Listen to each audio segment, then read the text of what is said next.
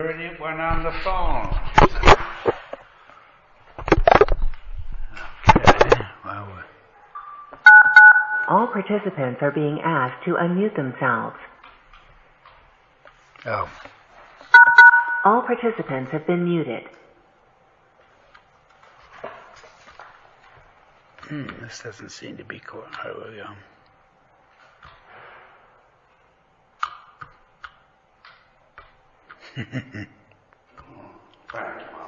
There we go. Well, good afternoon. Board of Selectmen is going to open the public hearing. We put an ad in the paper, notice of public hearing for the 2021 Neighborhood Assistance Act, and says, notice is hereby given that the Old Board of Selectmen will hold a public hearing on Monday, the 21st of June, 2021 at 3:30 p.m. in the meeting hall of the Old Lyme Town Hall, 52 Lime Street, Old Lyme, 06371, to consider and hear comments on the following. The 2021 Neighborhood Assistance Act program proposal from the Lyme Art Association, $150,000 of NAA funding is requested for historic restoration phase 2, it says phase 2, energy efficiency. At this hearing, comments may be heard and written communications received. A copy of the proposal is available for examination in the Selectman's office and the Old Lyme Town Hall. Dated in Old Lyme, the 14th of May 2021, Board of Selectmen, Timothy C. Grizzle for Selectman, Mary Jo Nozel, Selectwoman, Christopher W. Kerr, Selectman.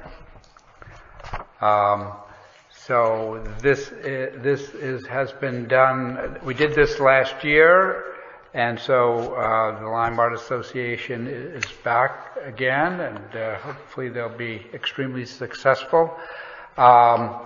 And just to get a running start on it,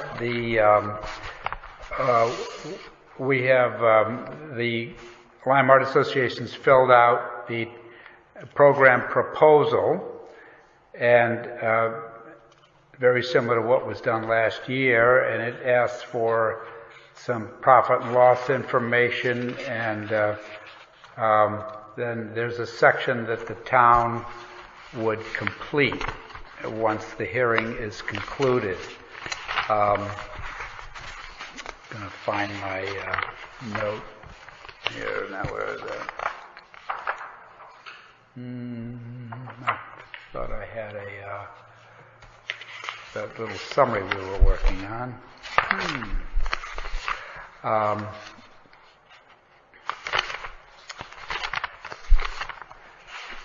What did I do with that thing? We were just looking at it before this.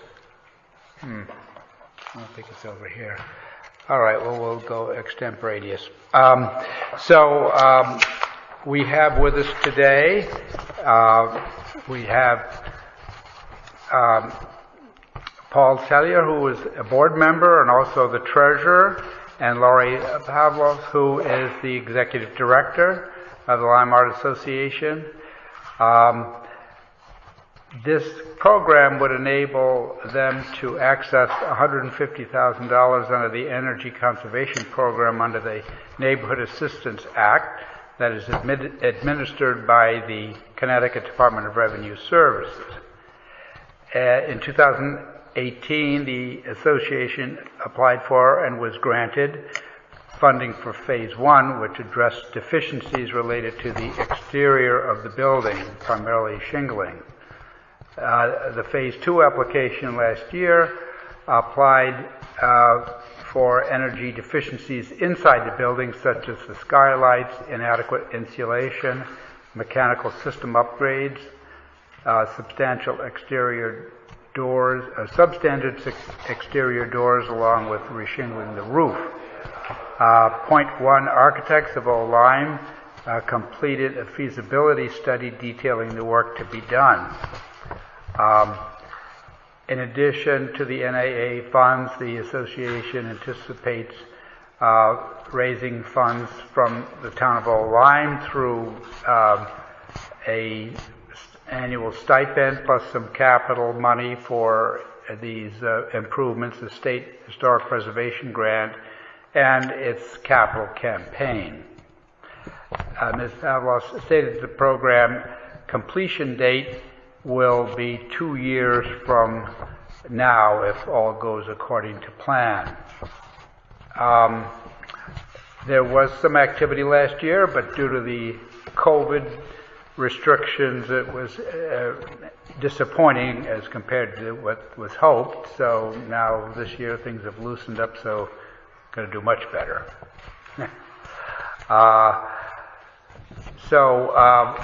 Once we conclude the hearing, we will complete the paperwork and send it to the Department of Revenue Services. So I might ask one or both of you to comment, and then if there are questions, we could open it up to the Selectmen and to the public as well following that. So we can maybe use that chair. We can rotate this. Thank you. This is Lori Pavlos. I'm the Executive Director. So we are once again looking for the Neighborhood Assistance Act funding for the next phase of our capital project. The first phase, as many people know, is replacing the outside, the shingles on the outside of the building, and the next phase is now dealing with some antiquated skylights, and there's no insulation above the ceiling. So it fits well under the energy efficiency program of the Neighborhood Assistance Act, and that's what we're looking for at this point. There are some additional phases after this, but we've divided the work into 4 sections. The first one is completed. The second one, again, is the skylights, the lay lights, which will insulate the gallery and make it much easier to cool and heat, and some smaller insulation projects and energy efficiency projects.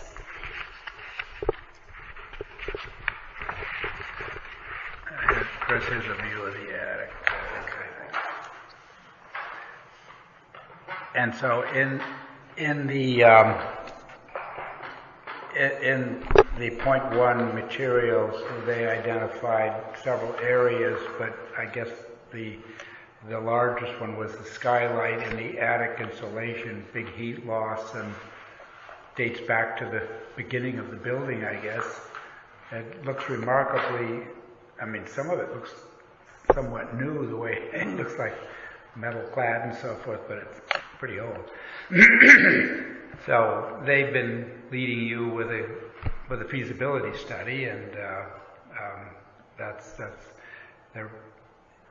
I guess it could even include, for some of the accessibility, possibly an elevator in the long run and that sort of thing. So that would be some challenging expenses, but necessary. Mm-hmm. Yeah. Okay. Paul, do you want to add anything? You're all set? Oh, thank you. Good.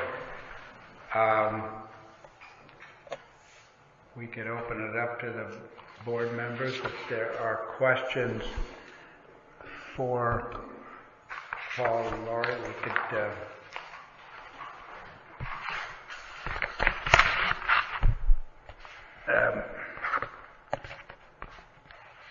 the town has, I think, contributed about $10,000 a year for, I don't know how many years, but 3 or 4 perhaps, particularly with the exterior shingles, and so that's small but helpful. And, very helpful.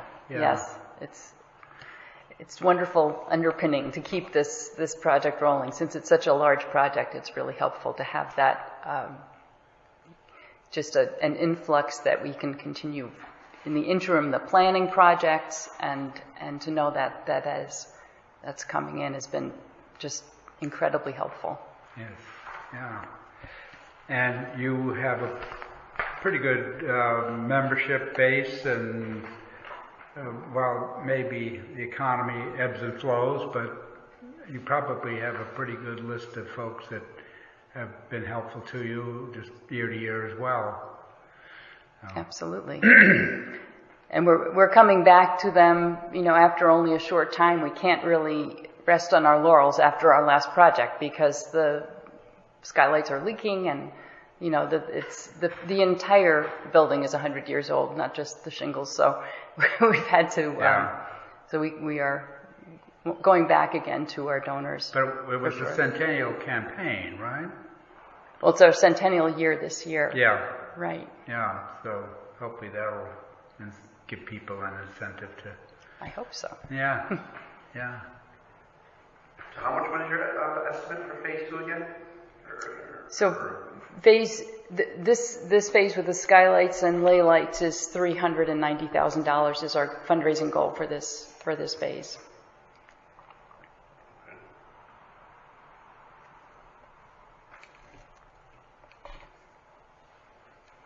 And so, do you probably have to have results before you can commit beyond the feasibility study to do things, or can you do things incrementally?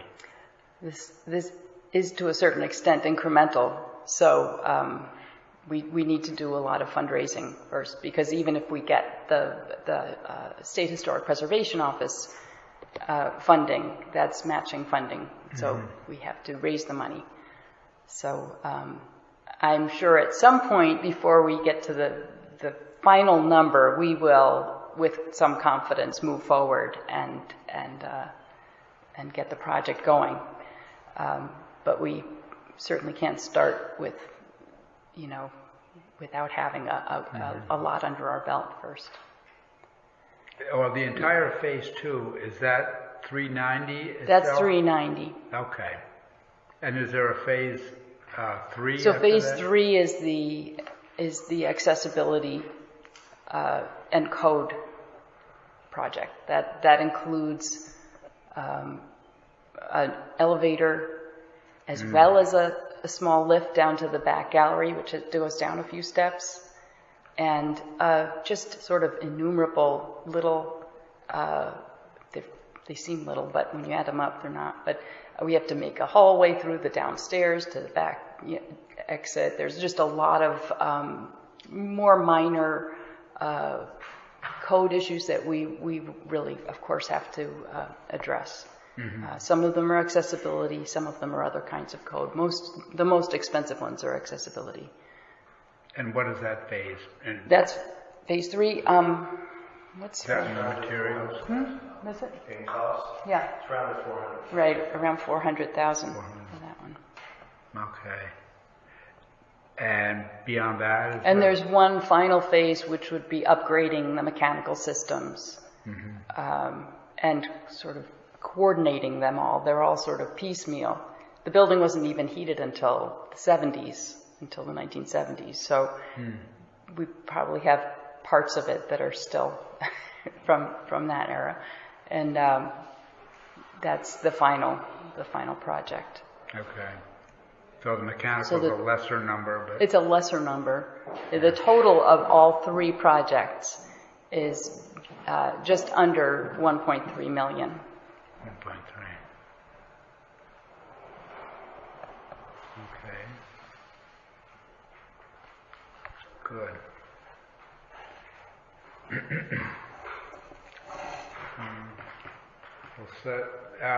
Do members of the public or the press have any questions they care to? Not at this time. Okay, we'll see if there's anyone on the telephone here. All participants. I don't know if that. All participants have been muted. Should have unmuted. Oh. I'm sorry, Tim. All participants are being asked to unmute themselves. Okay. It's really think you have a question. I don't know if it's too late. Well, we'll come back. Anyone on the phone care to make pose a question about the application? Okay. All participants have been muted. The 150,000, does it just that the town has to approve that, or it's not matching funds, or? It's not a dollar commitment. We're more or less a conduit between the Art Association and DRS. Okay, thank you. And we've done this probably 3 times or so. I don't know. Several times, right? Yeah. So then it falls back to the Lime Art Association to try to find companies that will find that tax credit useful, and we can try to get up to $150,000 worth of tax credits from. So for a layman, if a company wanted to make a contribution of $50,000 to the Art Association, they could take $50,000 off their tax bill to the. This is a one because it's the energy efficiency program of the Neighborhood Assistance Act. It's dollar for dollar. So yes, it would be. They could make a donation of $50,000 to the Lime Art Association, and then they could fill out 1 or 2 pages, very minor amount of paperwork, and be able to take that off their state taxes. Mm-hmm. So only certain kinds of companies have the kinds of taxes that this applies to. So it's not every company. But if you, okay, so what would be the restriction for the company? So Paul knows better that the C corporations are. C corporations only, no sole proprietorship. Oh, C corps only? No LLCs, no partnership. It's very limited in scope to C corporations, public utilities, and there is an offset for insurance premium tax in the state of Connecticut. Oh. So the issue becomes it's a very small group of qualifying corporations that can use or that qualify to use the tax credit. Okay, interesting. Very good. Any other questions before we'll move on? Okay. I think we've said what we need to say about this. We could have a motion to close the public hearing. Hearing no other public comment. So moved. Okay. Moved and seconded to close the public hearing. All in favor? Aye. Aye. Very good. Well, thank you all for coming, and we will we'll execute what needs to be here and get her along up to the Department of Revenue Services. I think we've got pretty much everything roughed out, so we should be good. Wonderful. Thank you. We thank you. Good. Now it's our turn. We've got to work on getting the company. Yeah. Very good.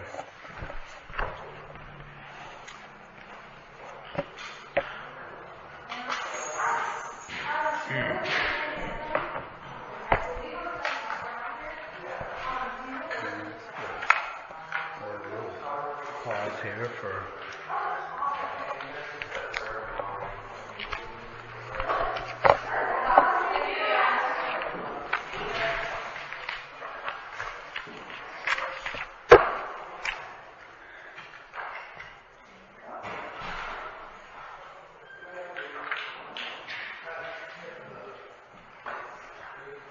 So our first item will be just to, again, vote on sending that application forward, officially part of the agenda, and then we'll hear from Margot Burns from she's from the COG, talking about the Lower Connecticut River Hazardous Mitigation Plan.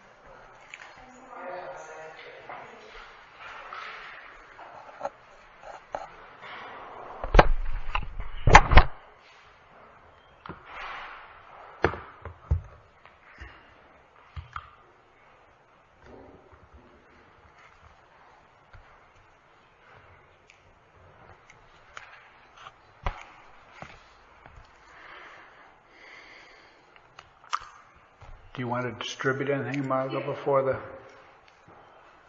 Oh, we're still on. Am I next? Pardon? Am I next? We'll just do a quick approval of what we just heard, but if you want to Okay. hand out anything to us, that'd be great.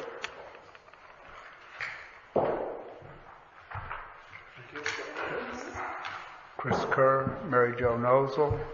How are you? Good. How are you? Thanks for having me. Thanks for coming.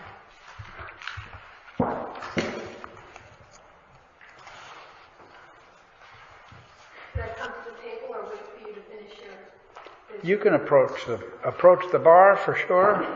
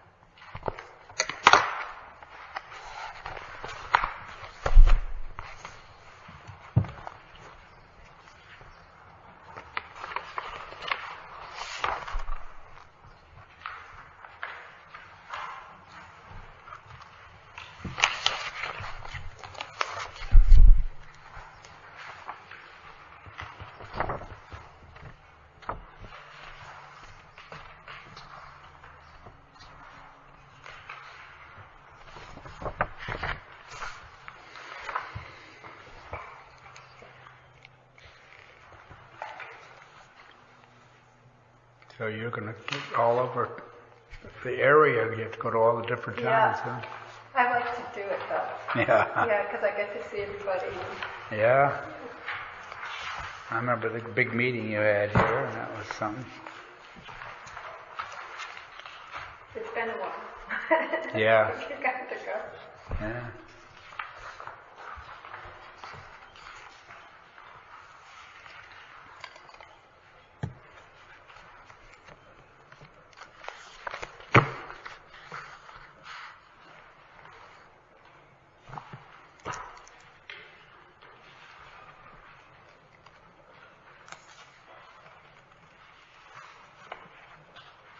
Oh, I see. The meeting doesn't actually start till 4, right? That's what you told me. Yeah. Yeah. Sorry, a little early. 4 minutes.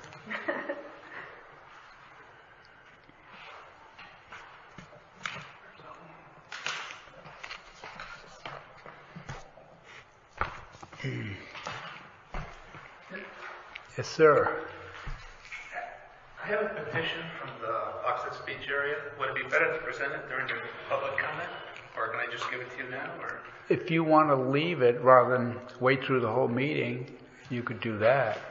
If you wanted to have I a... was going to make a few comments too. He's welcome to go first if you want. Well, what we... I would wait till the public comment. I don't want to disrupt whatever's going on.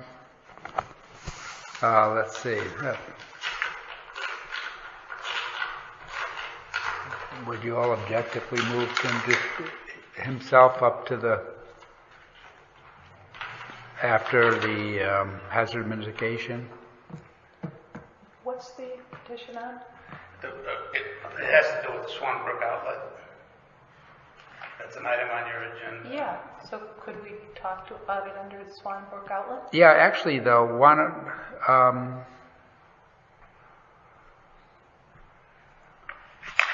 that's item 4. It probably wouldn't be that long just to get to that. Okay, I have a petition and I have some pictures attached and Okay. some cover letters. Because that's got a separate, it's got a separate line, so it's on our agenda. It's not public comment. Okay, so I can present it then? Yeah. Oh, okay. Yeah, that'll be Whatever fine. it's right. Yeah, just sit and listen to Swan Brook, hazardous mitigation. That's going to That's be... right. This is right up your line. That's right. It sounds like it anyway. Yeah. Is the camera going to roll, or do we have to get that going? At 4, what time is it now? So, 3:50. I think everything else is working.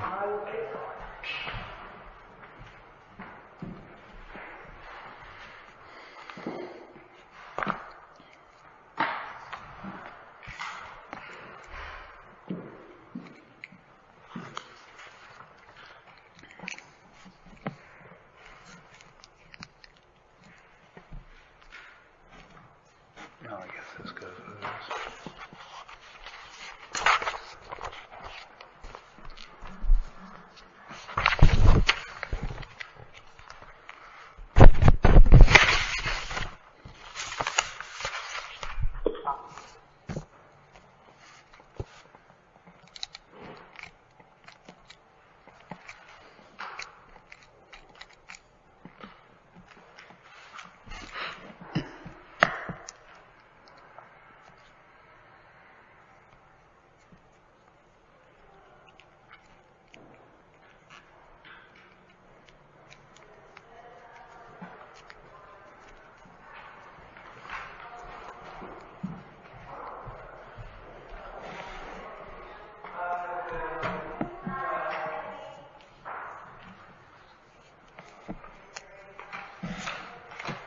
Bingo. All right. It's all set. Okay, well, we will call the Board of Selectmen meeting to order Monday, the 21st of June, 4 o'clock, Old Lyme Town Hall. The first item of business will be to act on the 2021 Neighborhood Assistance Act program on behalf of the Lyme Art Association in the amount of $150,000. During the public hearing that preceded the meeting, the board heard from representatives of the Lyme Art Association in conjunction with this grant, and there was a limited public comment on it. So at this time, we could entertain a motion to approve sending the 2021 Neighborhood Assistance Act program proposal from the Lyme Art Association for $150,000 funding requested for the Historic Restoration Phase 2 energy efficiency for, as I say, the Lyme Art Association. We'd send that to the Department of Revenue Services for processing. Make that motion. I'll second. All right. Any other comments on it? No. All in favor? Aye. Very well. Thank you.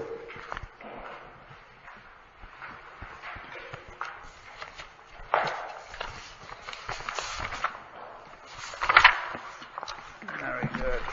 Now, the next item on the agenda is the approval of the 2021 Lower Connecticut River Valley Hazardous Mitigation Plan, an update to the plan. And we have Margot Burns, who is the Senior Environmental Planner with the River COG, to give us a summary, and then we will take action on that at the conclusion of her remarks. Thank you. Good afternoon, everyone. Thank you for having me. As Tim said, I'm here to help you adopt the 2021 Lower Connecticut River Valley Hazard Mitigation Plan update. It's an update of your 2014 plan that needs to be updated in order to apply for FEMA grants, and also so that you have knowledge of what needs to be done in town so that you can add it to your capital improvement plans and your plans of conservation development. The last time that you did it, your town was a standalone town in its plan, and this time the town agreed to participate in the regional update. There's 17 towns in the River Cog region, 15 of which joined together for this regional plan. I wanted to just go over a couple important things with you in the plan. And the packets that I handed out to you include a summary sheet for your town, which I'll be going over, the town meeting notes, a frequently asked questions sheet, regional projects table, your town annex open to your town project table, and then some information on grants that you may apply for once the plan is adopted through FEMA. So the purpose of the plan is to reduce loss of life, reduce damage to property and infrastructure, reduce costs to residents and businesses for things like insurance, repair costs, and taxes, reduce municipal service costs, as in emergency response and infrastructure maintenance, educate residents and policymakers concerning natural hazards and mitigation possibilities, connect hazard mitigation planning activities to other community planning efforts, and enhance and preserve natural resource systems. Every community is unique, but some common mitigation actions include replacement of undersized culverts, floodproofing a school or fire station, purchase of a flood-prone property for open space, or creation of educational material concerning natural hazards and mitigation actions for a community's citizens.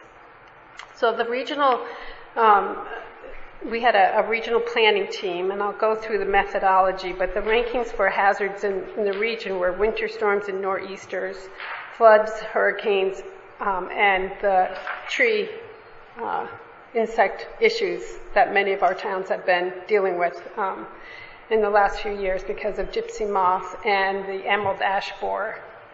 And in Old Line specifically, coastal storms and high-intensity rain events and your dams were things of concern, greatest concern. Although there are other things that the plan looks at as earthquakes and tornadoes and ice storms and things of that nature, but those were the top rankings. So the methodology that we went through for the plan was we created a regional planning team of which all of the towns had a lead for their municipality. And so I think on your sheet it says Jim Ventris. That should say Dave Roberge was the lead, and with Dan Bourret helping out. We had 3 regional plan team meetings. We had a town meeting with follow-up for edits to your portion of the plan and the regional plan. And we had that meeting right in this room. And actually, we were in this room. And your meeting notes are in your packet, and you had many participants. Dave Roberge, Tom Brown, Kim Barrows, Nancy Hutchison, Tom Macknick, Harold Thompson, Barbara Guadillo, Paul Orzel, Jane Cable, Amanda Blair, William Dunbar, Tim Griswold, Christopher McDermott, and then from our planning agency was myself and Jay H. Torrance Downs, and the consultant that we had help us with this project was Dewberry Engineers, and the project manager was Scott Choquette. And Sarah Ham was also there from Dewberry Engineers. Dewberry did a great job for us. They're a leader in hazard mitigation planning. They did the state plan hazard mitigation, and I think they've done all the regional plans in the state too, so we were in really good hands with them. Let's see, I wanted to go over the regional projects that came out of the planning process and then go over your town projects. For regional projects, the participants agreed that National Flood Insurance Program Community Rating System was an important item to encourage participation of our towns, and Old Lyme in particular could, I think, benefit, and I know that you've been working on that over the last few years with Dave, and so that would be really great for you to consider to lower your flood insurance rates. Educate and maintain updates to this plan, encourage best management practices for stormwater, and promote green infrastructure through things like low impact development regulations, notify about grant opportunities, encourage generator and microgrid installation, investigate holding the Certified Flood Manager course in our region, support communities in their water conservation efforts, reduce and prevent the effects of invasive species, which is a new one to the plan because of the issues we've been having not only with our trees but with aquatic invasives in the river system, such as water chestnut and invasive hydrilla.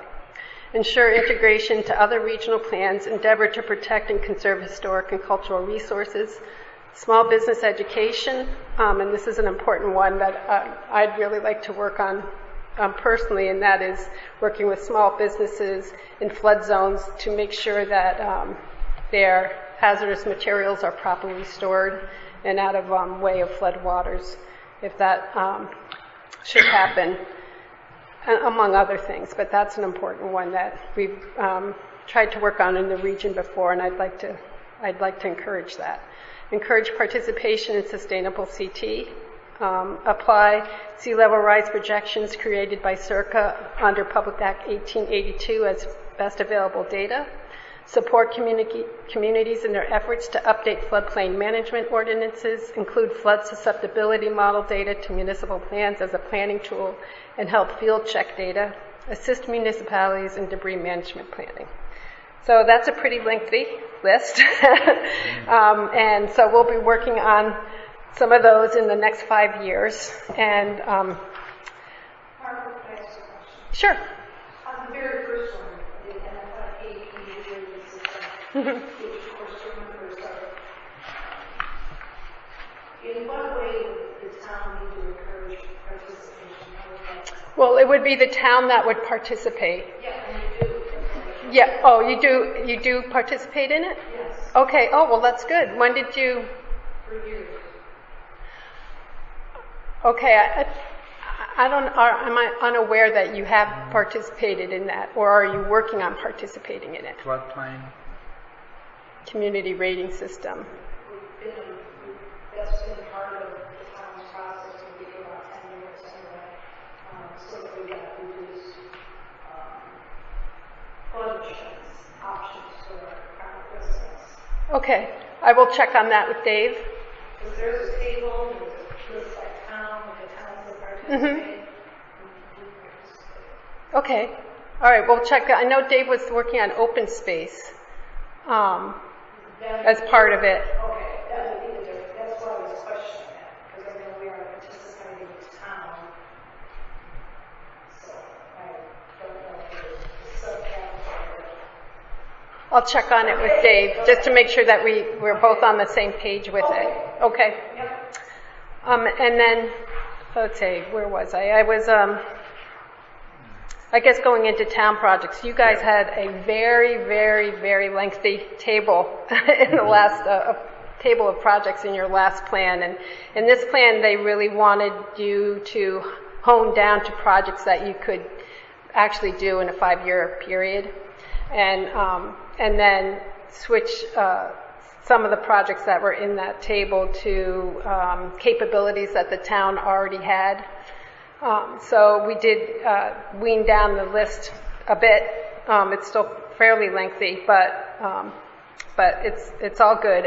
But one of the comments that the plan reviewer did make is that our plan verged a little bit onto into emergency management planning instead of hazard mitigation planning. So next time around, we need to watch that a little bit. And that doesn't necessarily mean that your town did, but just in general, that was one of the feelings that he had. Let's see. Did I say that we went through FEMA review and state review when I was speaking? The plan, if I didn't, went through the State Department of Emergency Management and Homeland Security review. And then from there it went to FEMA for review. And it was passed through both of those and had to be passed before we could bring it to you for adoption. Let's see. So the town projects were a complete small business long-term recovery plan. I know that Dave was working on that with ESF 14 when we had our meeting here last before COVID started. Include project in the capital improvement plan and the plan of conservation development. Maintain resiliency of historic and cultural resources through the state historic preservation office's best management practices. Review other flood study work through CERCA, state. We have some regional flood susceptibility studies that were included in this plan. FEMA flood update and review in relation to town policies regarding legal and financial obligations. Look for grants to complete projects. Look to acquire open space in areas subject to natural hazards. Establish reciprocal school arrangements for post-disaster relief. Estimate municipal tax revenue that could be lost to inform future financial planning, and I think we have some of that in this plan that you can take a look at. Evaluate private public funding options and strengthen municipal regulations, setbacks, building and flood zones, etc. Estimate municipal tax revenue that could be lost. Oh, I spoke of that one. Upgrade generators in critical facilities. Add a generator to the senior center. Evaluate. That hasn't been done in the last year or the last few months, has it? We just installed one, yeah. Yeah. Good. Propane. Did you say propane tank? Well, you can check that one off the list. That's great. Evaluate existing firefighting infrastructure. Invest in municipal structures for shelter capabilities. Town hall is currently in a flood zone. Educate homeowners through the towns and other websites and other communication systems, including on drought and having moisture sensors and other water conservation techniques, moisture sensors on sprinkler systems. Find funding to elevate or relocate flood-prone structures. Evaluate your dams. Implement dune restoration and wetland protection techniques. Work on evacuation route planning. Implement tree hazard management program. Conduct engineering studies to mitigate town-owned structures in need of repair on town roadway and replace 1 to 2 a year. Support stormwater management improvements and implement 1 per year. So for funding, the grants that this most applies to, besides the other 2 that are listed in the frequently asked questions, is a grant called FEMA Building Resilient Infrastructure in Communities, or BRIC. It's a 75-25 match. It's quite similar to what was of the planning grants before, and I think it's pretty much just been renamed. But the last round opened in September in 2020, and it was due on 1/29/2021. So they usually follow the same grant round dates, not always, but it's probably the 2021 will be in September when it opens up, and then due in January of 2022. If there's something that you want to consider, yeah, it's an annual program. So that's something to look to, and we'll send you out a notice about it when it opens up. And then something important for you. Just out of curiosity, building resilient. Would this be commercial buildings, dwellings, any kind of buildings? There are. You can work with private landowners, and that's where that public-private part comes in. Yeah. And you know how it's probably a little bit more complicated than working just in a municipal building, but it can be done. Mm-hmm. So it's something to look into, and I'm not sure what kind of match that would be for the private landowner, but it is something that to consider. And it is primarily municipals. Yeah.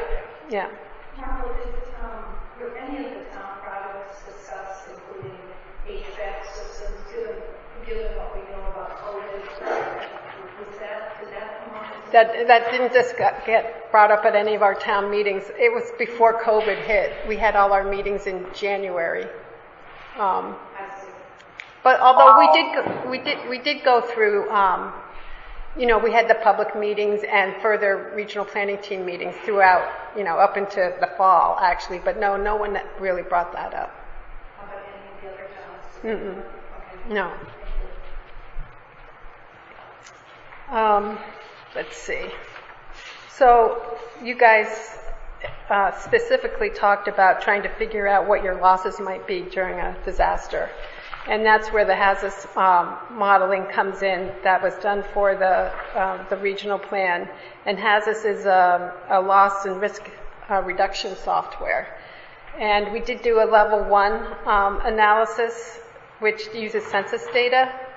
And those figures, you can see this is just a table for your flood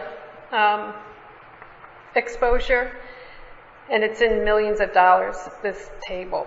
But they did Dewberry did run some extensive Hazardous modeling for a flood, hurricane, and I think earthquakes is the third part of the modeling, which really doesn't, we don't really look at that too seriously around here, although, it doesn't hurt to. But that is available from Dewberry, and we'll be getting it at the region. But if you ever really want to delve into that, we could. And it's also, there is a level 2 assessment that can be done with that software using your specific town data, your CAMA data and your parcel data. And it's actually pretty good methodology. A long time ago for Saybrook we did it for the hurricane inundation zones to see what they might lose in tax revenue and things. And so that's something to consider if you really want to delve into that. What does the 1% annual pertain to? 1% is the 100-year flood zone.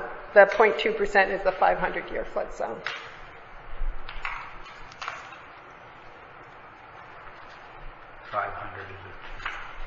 So, just so that I understand this right, in a 100-year flood zone, 1% annual for flooding, there's 2,006 parcels that will be affected.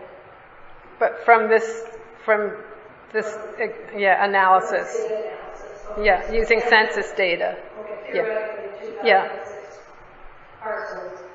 At risk, 678. What does at risk mean? Is that in total loss? Value of at-risk parcels, yes, $678 million worth of loss potentially. And the number of buildings, that's different than the number of parcels? Yeah, number of buildings of 1,646 on those 2,000 parcels. And the number of critical facilities that would be lost is 2. Mm-hmm. And so historic assets are at risk of 22. Mm-hmm. And this data will be available to the town through the COG. Is that what you're saying? Yeah, and through Dewberry. Okay. They did the analysis. And through census data that they did this analysis. And from looking, whenever I see something happening, and listen to the reporting carefully in other parts of the country, I listen to, hear what modeling did they do for losses. And when I've heard Hazardous mentioned, I hear about a 75% accuracy kind of thing with it. So it's pretty good. But again, you have your own data that you could work with. Now, with the parcels, that means there's no improvements on the parcel, or would that be the parcel excluding the building on the parcel?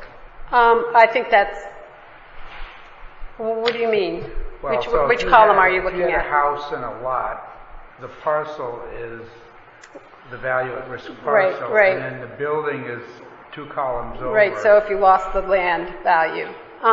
But if the water rises and the water goes back down, would that $678 million loss of parcels really be accurate? I mean, once the water receded, the property's still there, unless it's a big wave action. Right.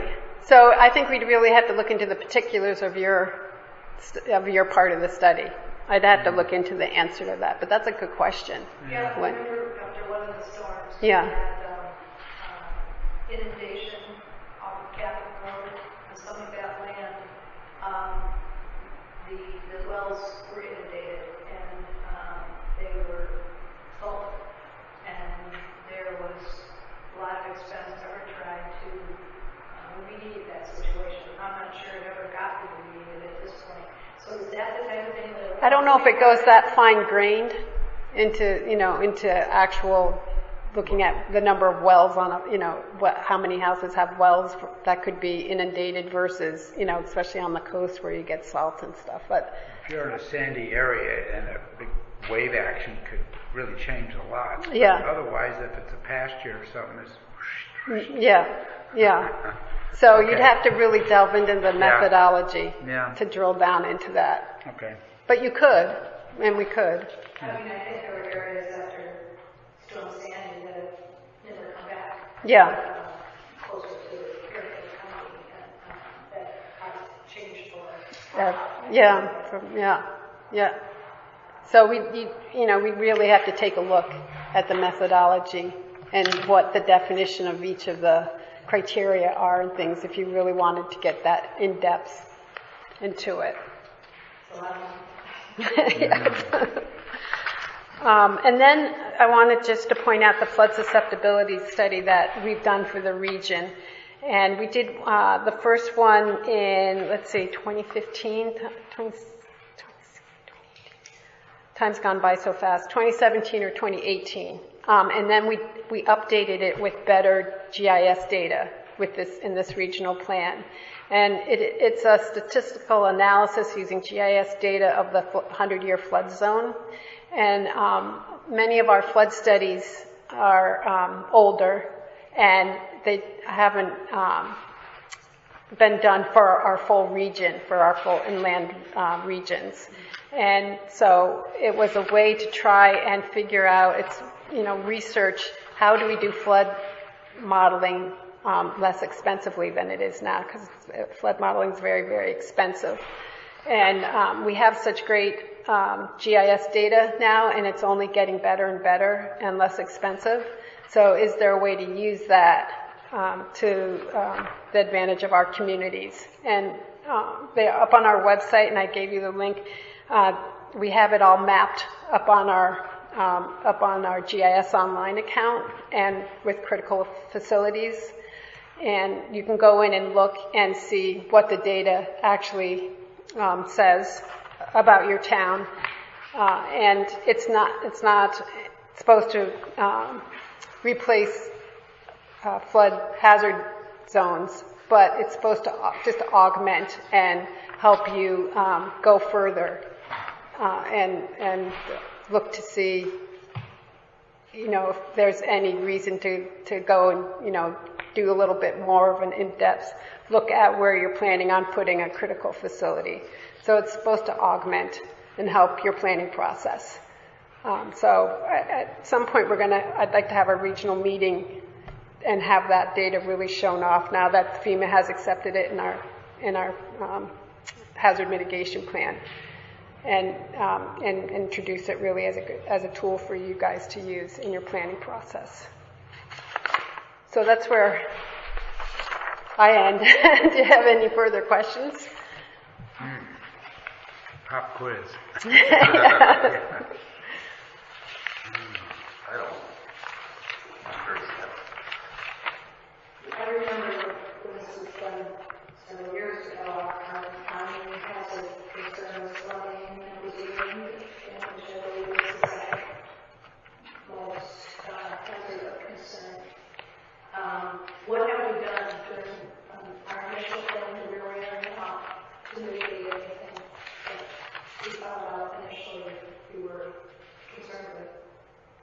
I did not look at that specifically to report here about what you completed and what you didn't. I can say on a regional basis that many of our towns completed a lot of their road projects, and that they were quite successful in taking care of the hazard mitigation projects that they had in their town, and that I think that the plan really aided in their planning for that. I think where Old Lyme lays is some need for inventory, especially I know that Dave was very concerned about your fire wells, your dry wells and things. As many towns, they need maintenance, a lot of towns, and that's hard to keep up with. I think at your projects listed, really looking at doing some engineering planning and things too for some of the projects that need to be done, and getting those underway.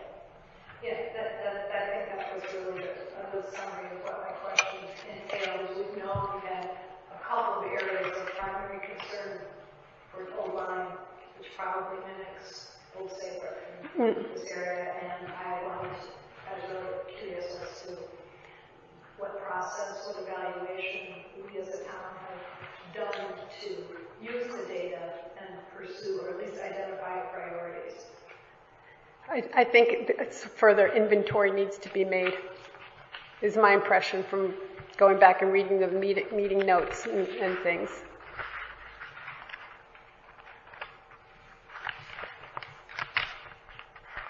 Okay, well, I know this was a ton of work, and you guys ought to be congratulated for shepherding us along the way here. We really want our towns to get together and, work together. It's hard. The grants are hard to apply for. They're very time consuming and there's a lot of competition for them. So we feel that if we can find commonalities between the towns and, get people to work together and put in, one grant for bigger projects, that would be helpful. Because they are hard to get at the they're just hard grants to get. There's, hopefully more funding will come for them, but would that hard to. Infrastructure dollars that are being debated in Washington, would that be something that could be applied to this potentially? Well, I hope. I don't know what's coming down FEMA's way. I don't know. They're trying to tie it a lot to COVID stuff. So water and sewer is included. But, another question might be FEMA Building Resilient 7525, would that apply to water management issues such as, the over between Old Colony and Old Lyme Shores, there was a FEMA grant which they were able to redo their outlet there of a river, and it's worked out very well, and we have a number of rivers that exit Long Island Sound, and so if they have building resilient money, I wonder, are you familiar with any kind of drainage, watercourse outlets that might? Not specifically, but that's one thing I was going to say about your planned projects, is that they're not very specific, that they're more general in nature. And many of the towns really list specific projects that they want to work on.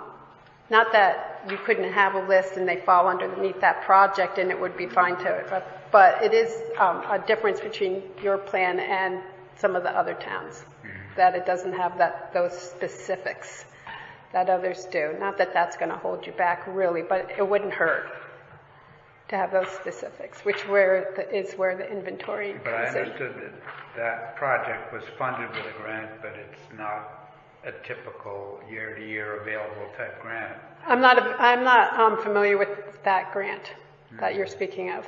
Yeah. Is that something that Dave applied for? He might have been involved in it, But if you got it once for something like that, there's probably no reason why you can't get another one. I'd like to know what the grant was that you were able to get. Because getting water into the sound is not easy. Yeah. It should be easier. Good. Well, any other questions before we read the... It sounds like the town has to maybe set up a standing committee. I don't know if that wants to evaluate what we have so far and prioritize, and maybe, as you indicated, maybe identify some particular areas of concern to apply for grant. It's more specific than what we had the first time we did this, which was, very general. Yeah. But, I don't think, with climate change, it's getting better, so we need to take this, I think, more as a priority for the town. All right, well, I will read the resolution, which then the board can consider to adopt. It's the 2021 Lower Connecticut River Valley Hazardous Mitigation Plan Update, the 21st of June, 2021, for the purpose of adopting the Regional Hazard Mitigation Plan as required by the Federal Emergency Management Agency in order to be eligible for certain federal assistance and for any natural hazards, whereas the Robert T. Stafford Disaster Relief and Emergency Assistance Act, with a bunch of numbers, of the Federal Disaster Mitigation Act of 2000 require municipalities to adopt a mitigation plan in order to be eligible for grants to implement certain mitigation projects. And whereas the Lower Connecticut River Valley Council of Governments, RiverCog, municipalities have experienced past flooding and other natural hazard events that pose risks to public safety, to public health and safety, may cause serious property damage, and a plan is needed to address the results of these events. And whereas the planning process fostered by the Connecticut Department of Emergency Services and Public Protection, Division of Emergency Management and Homeland Security, and set forth by the Federal Emergency Management Agency, offers opportunity to consider natural hazards and risks and to identify mitigation actions to reduce further impacts of such hazards.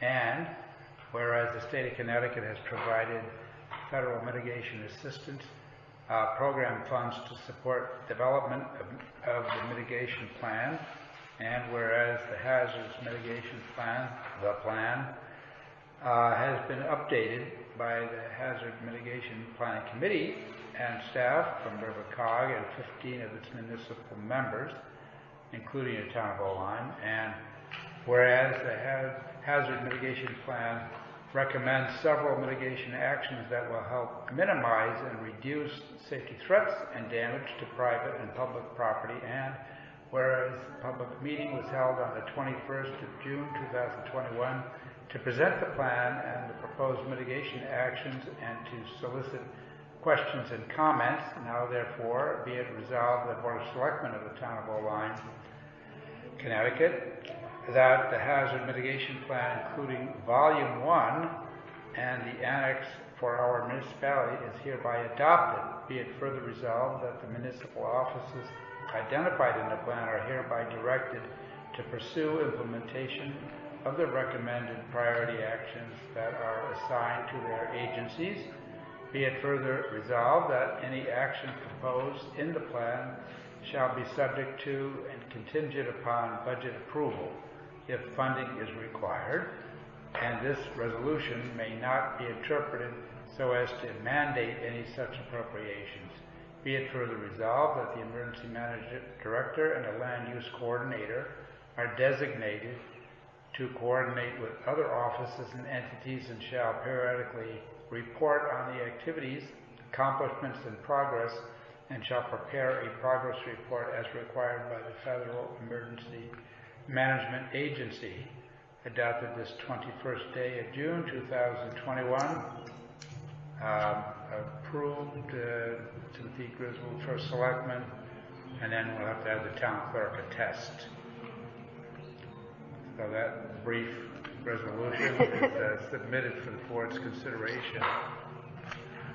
And I would say for Patty, we'll attach this. You don't have to write all this stuff out. We'll attach this as an exhibit to the minutes. So do you want a motion to have us authorize you to sign? Yeah, it was a resolution, so I think we could move to approve the resolution as read. And you will sign it as read? Yeah, once we approve it. I make a motion to approve the National Hazard Mitigation Resolution dated June 21st, 2021, and authorize First Selectman Tim Griswold to sign it. Second. Okay, moved and seconded. Any other discussion on it? All in favor? Aye. Margot, thank you very much. You're welcome. Thank you. We hope to be having annual meetings for this to keep it up to date, to keep everything in order. So the next time we do this, it won't be as onerous as it was this time. Yeah. But plus, it's also a requirement of us to get everybody together. Very good. Well, good luck. Okay. Thank you. Another one down, Yeah. more to go. Almost halfway there. Thank you. Thank you.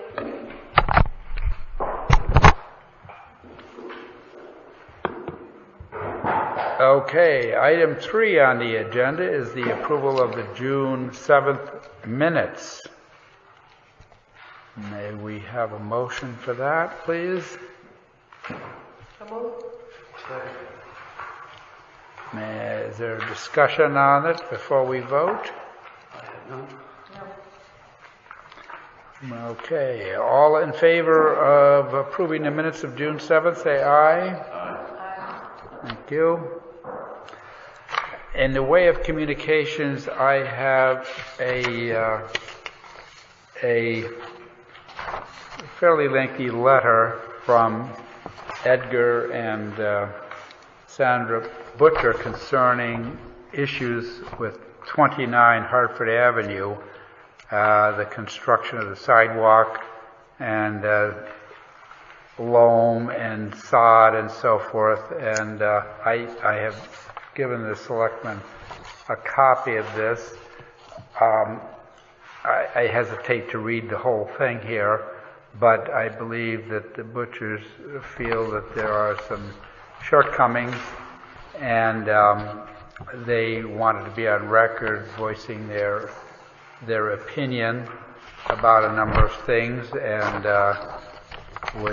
would like some corrective action. I expect that between the contractor, the engineer, and the committee, their letter can be reviewed in detail, and there can be communications back to the Butchers pertaining to their questions and comments. I don't know if this was addressed to the town clerk and the Board of Selectmen, so I don't know if they sent a copy to the committee as such, or anyone else, but No, it only went to you. I guess this could be discussed tomorrow, but I just, since it was communication, I thought I'd bring it up, and we'll hope that their concerns can be dealt with in a proper way. So well, this is Tim. As you know, we discuss concerns on Hartford Avenue at every single meeting, including that property. So yeah, they're not the only ones, but that's right. a project of this type is likely to have sensitivity from a number of people. All right. I have some other correspondence that didn't make your list. One was a letter that was sent to the Board of Selectmen on June 3rd from Hope Partnership. It was Hope Partnership Stationery. It was signed by Bonnie Rieber-Snyder, board member. It's regarding, did you guys see it? I did not. It came under, I missed it until today too. It was sent to us on the 3rd by Lorraine, one member, I guess, of Hope. I can't remember the name right now. See if I have it. This is from Hope. Correct. Loretta, I'm sorry, it came from Loretta McCluskey, and it was received. It came on email or mail? It came as an email to all of us, assuming she had the right email for you. It was sent Friday, June 4th, but it was a letter to First Selectman Griswold, and Chris, you and I are copied on it. But just as summary, it's a proposal from Hope Partnership regarding the properties that Hope has in Old Line, and it's proposing that the town purchase the land. For which project? The properties that Hope owns the land. Off of Flat Rock? Land, right, the existing Hope Partnership projects that exist in Old Line. They're proposing the ownership of the land be returned to the town of Old Line. Hope will continue to oversee the management and affordability certifications of the residents. Currently, we secure insurance on the properties, which is paid by the homeowners, and if there are any problems with the land, we are called in to assess the situation. Hope we continue to do this on behalf of the town. With the town owning the land, there would be no taxes imposed and no annual application for an abatement. So, given the fact that the McCullough properties are mentioned in this letter, I'll give you my copy too. Okay. Might want to take a look at that. Now, the ones that are existing on Flat Rock, This pertains to those too. right, but what did we sell those to them for? I thought we donated them to them. It was owned by Olam Affordable Housing. Correct. Originally. And I don't remember that we actually sold them maybe $1 consideration, but Well, they own them now. and they want us to buy them back. Did it mention purchase? How much they want us to buy them? It doesn't say. It's a All right, we'll have to read general it. letter, but I think it Should we forward that to the Affordable Housing Committee? I would think. so. Yeah.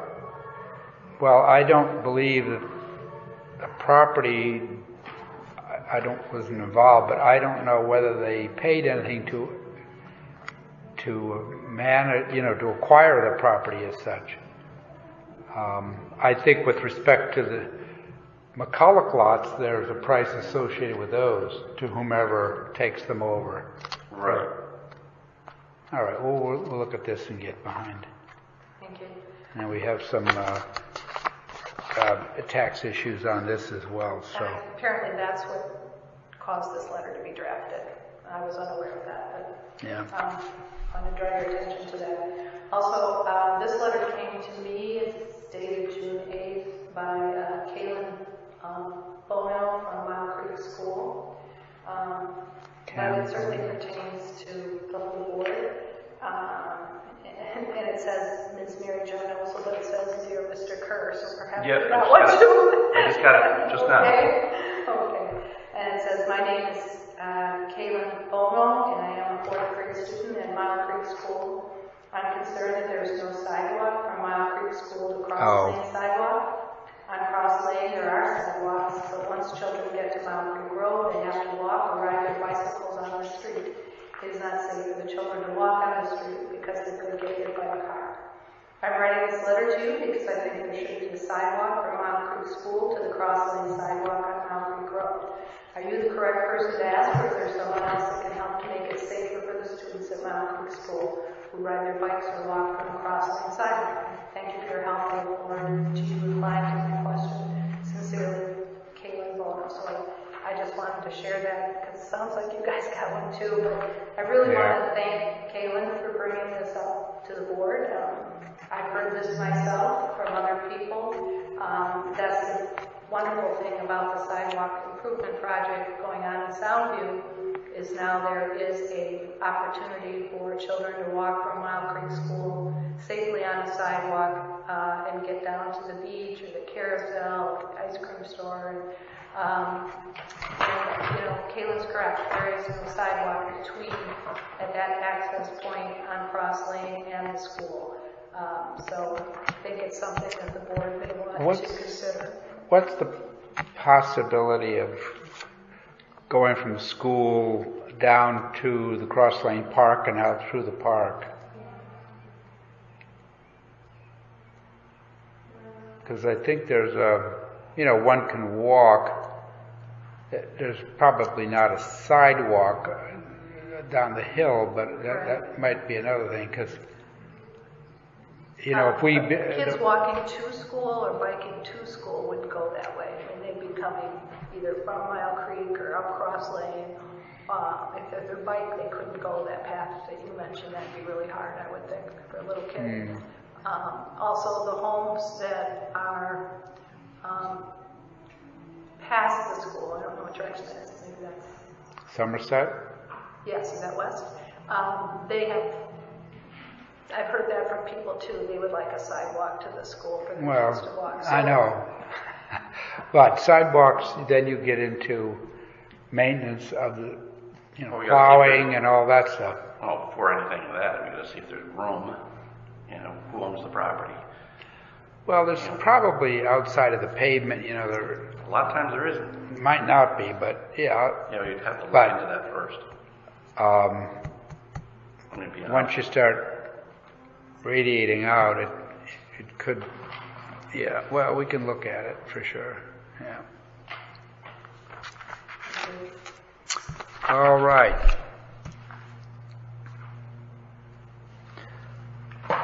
Okay, there are no appointments for consideration. Turning to old business, the Soundview Sidewalk Project. Well, Joe, if you'd comment on that. Yeah, thanks. The project for the sidewalks is finishing up, I guess, the first phase, I would say. Sidewalks, of course, are all in. Today they are adding the last parcels of sod on Hartford Avenue that were added about 3 weeks ago. And to the butcher's property concerns specifically, they will be working very hard at that property today. I know for a fact that the butchers are aware they're out there today because I received a text message from Sandy Butcher on it. But I walked through the area today with the installer of the sod, specifically at number 29. He told me what they're going to do to make the situation safe, which would be removing the existing sod and building up more dirt and loam to even that off as it meets their new driveway. So they'll be doing that today, which then brings us to the watering situation that we talked about in the last few meetings. This is going to require intensive watering effort, and I asked our design engineer to please ask the DOT to see if possibly that this could be considered a grant eligible expense, because as you recall, had we been informed that it was not, but I've asked them to try again. So I haven't heard back yet on that, hoping we do. But regardless, it's a town asset that does need to be maintained. The rangers, the police identified a couple of rangers who did some training a couple of weeks ago for that. And then I was informed by one of the policemen that it was not in a contract to do any watering, and he was talking about the fact that one of our policemen who was training the rangers was photographed with a hose in his hand watering, and the other policeman indicated that's not in their contract. Another one of the policemen informed me the fire department doesn't want to know because it's political. So I'm raising that here because I want to reiterate how ridiculous that discussion is. These are town assets that need to be maintained. What would be political is if we let that grass rot and become strong. That would be political. Moving on to Shore Road, all those sidewalks are in, all those areas are seeded. There is some curbing that needs to be replaced at Teddy's Pizza. And then the committee tomorrow will be looking at some costs for additional improvements with the outstanding budget we have, including some curbing at Cross and Shore Road and the transportation area, the bus stop. We got some preliminary pricing from the contractor, and from that, the design engineer will have to probably perform a survey in order to go before boards and commissions, because this is a town project, but we still have to follow our own regulations. So we'll have to go before town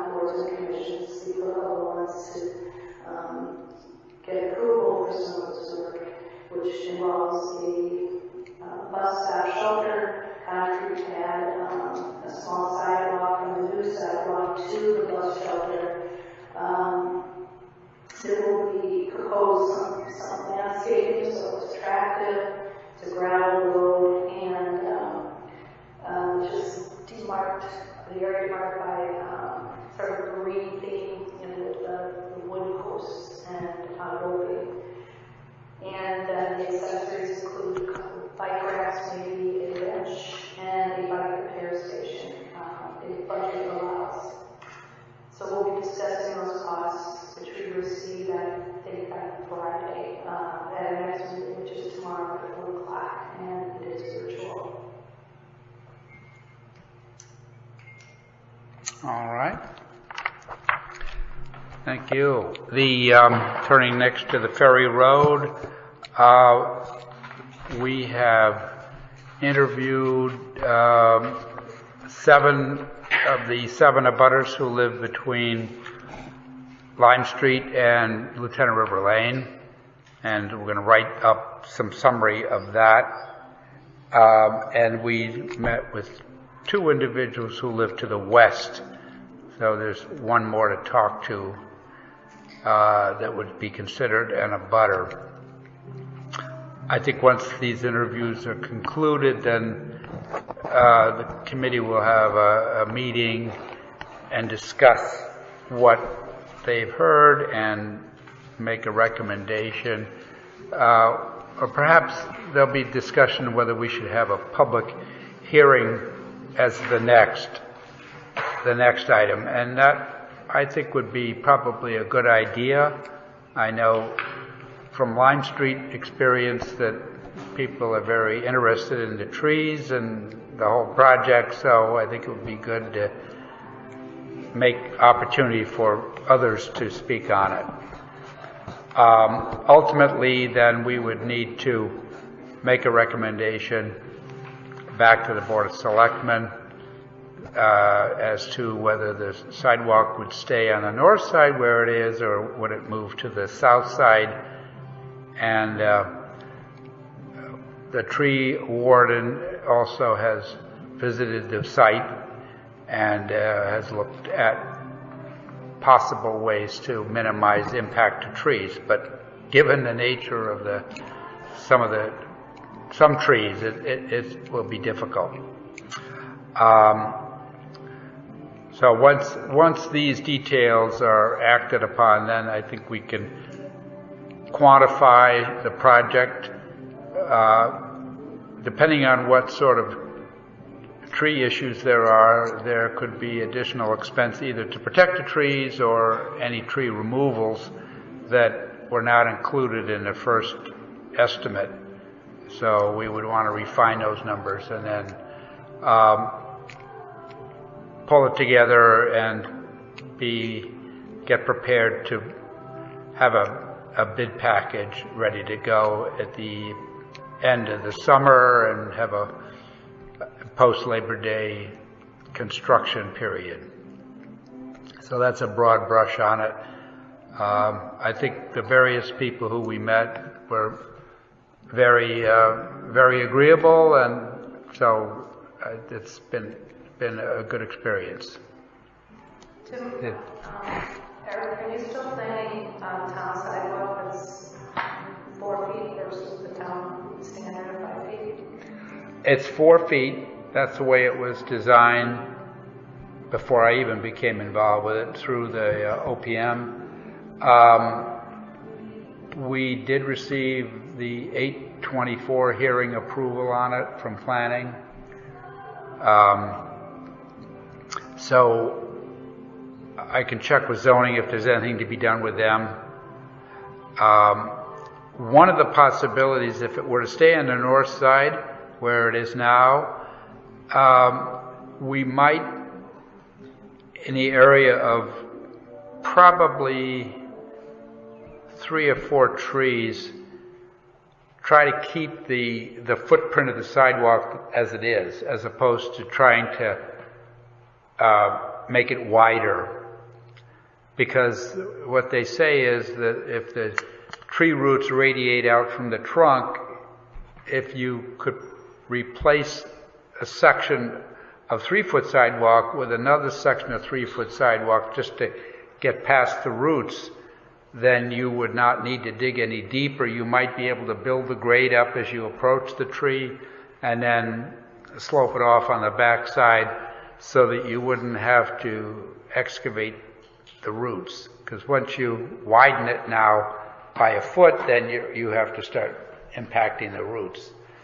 And because the street side of the tree doesn't have a whole lot of roots because of the road bed, the principal source of nutrients for the tree comes from the yards of people who live next to it. So this is still being reviewed, but I think going over tree roots might best be if we could, and we'd have to make sure that would all be permissible and so forth, but it's an idea that maybe we could minimize impact to the trees. So we'll be getting final readings from the tree warden on that. But so ultimately, whatever the tree warden recommends would go to like ZBA for a variance then, to allow for a I don't know about smaller ZBA. sidewalk? If there was a zoning input for some reason about the width of the sidewalk, possibly. We've already had a conversation with, or planning already considered the plan, so that's taken care of. So there is a plan that you could share with the Board of Selectmen then? Not yet. But what did the planning review then? Just The sidewalk concept. the concept? Okay. Yeah, not the specifics of it. Mm-hmm. So, I would think if you're asking for a change in a town standard, design standard, you would have to go to ZBA, wouldn't it, for the variance? well, unless zoning could approve it themselves, I don't know whether it has to be ZBA or zoning, whatever would be needed. Yeah. Is it in the zoning ordinance that this 5-foot sidewalk exists? The planning, it's part of the design regulations, it's a 5-foot sidewalk. It's Well, a if town it's standard. planning, then they Well, they didn't do that at the town park. Those are, so who I don't set know, those? well, again, I don't know when, I'd have to go back to the date to see when planning updated their regulation, but obviously what we're doing down in Soundview is a 5-foot sidewalk because it's the town standard. And we've had this discussion here. Yeah, I know, but I've never heard or seen it, so. Well, you were on planning. I was, and I never heard of it.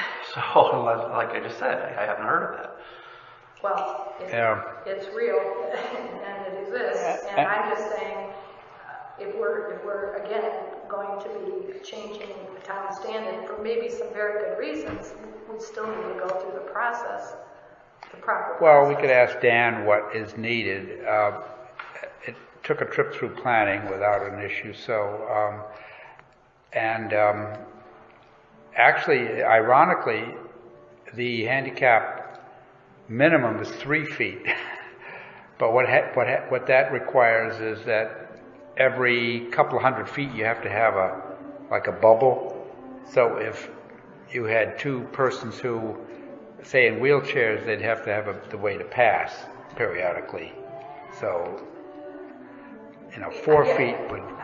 There's a lot of things. I mean, we have been operating in Soundview, anytime you change the sidewalk, you have to bring it up to 88 minimum standards. Yeah. So, Well, I think the ADA's 4 is fine, 5 is fine, 3 works, but you need this extra accommodation. So we'll get what needs. If there's anything required from zoning or ZBA, I'll ask Dan if whatever it may be, and if he says, yeah, you got to go to zoning, we can get on their calendar. And and your minutes from these meetings, and your agendas, where are those? these are conversations with individuals, so I'm going to write it up, as I said before. You're out in somebody's yard, and so we're going to have to work that way. When we finally get the committee to come back, and not everybody was at every session, but then that'll be proper minutes and all that stuff, but I don't think there's any good way to have these sessions with individuals and have public comment and all that. We wanted to meet with the landowners, and so that's how we're going to do it. If you're considering this a meeting, you need to have an agenda and you need to have meeting minutes, and it needs to be filed with the town clerk, and people need to be aware that these meetings are happening under FOIA, and that's not happening. Yep. Well, That's what we're doing. So we will, when we get the group together to consider the summary of this stuff, of course, then we'll have a meeting. But let's see. The next thing is the transfer station. There was a discussion with the Board of Finance about the permanent building for the transfer station, and the Board of Finance asked for some more detail. Just to get a running start, when the issues with the old building were discovered, there was an approval to use $19,000 of the building fund to acquire and install a temporary building, and that was accomplished. A small building for the staff. There was a connection with the scale and some other things. So that about $14,300 was spent out of the $19,000 to get this temporary building.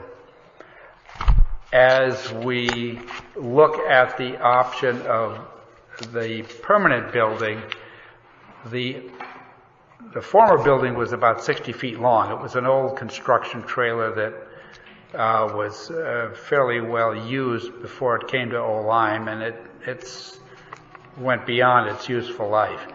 So the desired size is 17 by 30 approximately.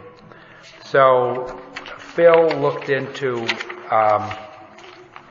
I put in your boxes the rough interior sketch of how it might operate. Don Ruddy, the person at the landfill, needs a window with a counter to deal with the people coming in and leaving. There needs to be a restroom. There needs to be a space where the water system, which supplies not only the new building but the bus parking area, that needs to have some utility in there. Let's see. Then a little bit of storage and so forth and so on. So Phil sketched out, after talking with the staff there, you'd have a little break area with a sink and refrigerator, that type of thing. So the question about could you get a trailer like what we had before, or could you have a company that manufactures like a portable classroom or a storage building that can be converted into something for us? And those options he found were fairly unattractive because some of these buildings do not have the proper material. They have 2x4s instead of 2x6s, that sort of thing, and the carefree type of building, there's a long lead time, and so he's going to refine his findings here, but he looked at sort of like a trailer that you would live in type of thing, but you'd have to redo the whole floor plan to make it work as an office. And these other buildings, I know in Saybrook, when you could go get tested over there, they had these Eagle buildings. They tend to want to rent those instead of sell them, and when they do sell them, they're used. And so when Phil worked with the DOT at the state of Connecticut, he said some of these trailers or other types of things, they lasted 5 or 6 years, but they were not that durable over time. So he looked into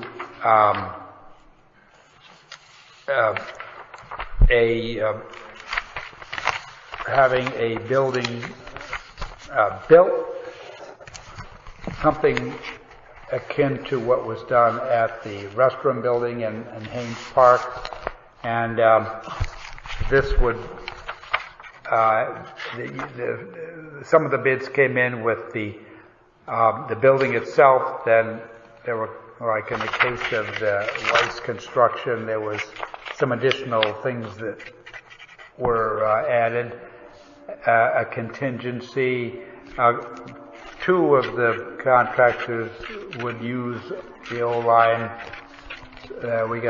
He got some quotes for electric, plumbing, and putting in a foundation. So this is still work in progress, but the range, if you will, was about 106, including a 10% contingency, from $160,000 to $170,000. It's obviously money that was not anticipated to be spent. This building basically failed, so we have to do something. If you were to go with something on the inexpensive side, you might get it for a bit less, but the longevity and the quality is not so great. So we're going to be ready for the next Board of Finance and then probably the next Selectmen's meeting with a more formal presentation. But Phil is leaning toward recommending a fabricated building that would be built for this purpose, as opposed to trying to redo something that's a trailer or some other purpose. So we'll be back with something on that. We do want to try to get clarity on this because the fall will be coming, and the little building that's out there is not really suitable for colder weather. It's just a shed type thing. So we have an air conditioner in it now, which gets you through, but come colder weather and so forth, we want to have this thing functional by then. So this is just a preliminary as to where we are. Tim, during this whole process, were the other buildings that are on site, there's like 2, right, evaluated to make sure they're safe for human occupancy? Well, there's the storage building up on the hill there. You mean that? Yeah, there's a couple buildings that the guys go in and out of up there. Are they, one is the storage? That's the only other building on the hill. And that's just storage. None of them are for people. It doesn't even have any heat. They don't need heat, okay. But are they mold ridden? Do we know if they have? No. The big building where the machine goes and so forth, that's I don't believe that's heated. It's just you put a machine in there and some other materials and so forth, just open storage. Then there are a few. There might be a small shed you put batteries in or something for recycling. There's a storage container you put the electronics in that. So there's nothing where people spend any time to speak of. Yeah. But the big storage building is, that was built a number of years ago, and I think that serves us well. But no, that's not really for occupation. There's no bathroom or anything in those. What's the time frame then on this? Because it sounds like it's kind of... Well, I expect it would probably take, I would say, 4 to 6 weeks to build something. I mean, it's not a complicated building, but just like anything else, it takes time to, you got to get a foundation. It'd be a crawl space. And the utilities are already there, but we have to be mindful that the water comes from the well through this building to the bus barn. Mm-hmm. So we can't interrupt that. The electricity... That water is not... People can't drink that water, right? At this point?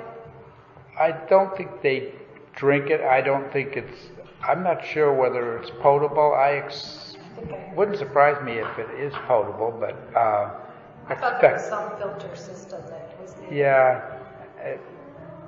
Does that water come off of where the bus barn thing is? Their business? The well, I think the well is not on the bus barn property. I think Or what does that well serves both buildings? Yeah. Okay. Yeah, it's a Y thing. So. Is it, since we've got three, I guess, I don't know if we consider these bids, but, or quotes at this point, I'm not sure. Would there be any reason for the Board of Selectmen at this point to support a cost not to exceed to move things along? Let's see, I think we meet July 5th. 6th. Yeah. And so the Board of Finance just met. So if we can get our meeting, get everything ready on the 5th, we could have a vote if we care to, and be ready to present that to the Finance Board 2 weeks later, basically. And so that's July. You'd have August. You'd get in there by hopefully the end of September, maybe. I mean, September's not bad, and even October's not too bad. But that you wouldn't want to go much beyond that. So what's coming between now and our the 6th? I would like to get it. I have a sheet that Phil put together which had listed various plumber, electrician, foundation, but it would be nice to get a little more depth on that, and if we could get some, almost like a proposal, not a bid necessarily, but the whole project would require town meeting approval because it's in excess of the Board of Finance's jurisdiction. So we're not considering this an emergency then? I don't think you really can, in the true sense of the word. It didn't burn down or anything, and it probably doesn't rise to that occasion. And I think the time of the year we can still get this done within the good weather. So this is Phil's work on paper. I think it would be nice to see kind of a proposal from these contractors. And then as far as the utility people, we might want to have a little more depth in that because we have one company, one number, no written proposal. So I think we got a little more work to do. But I think we could have this pretty well ready, and I could have Phil come to the next meeting to talk to us about why his recommendation is a stick-built building as opposed to anything else.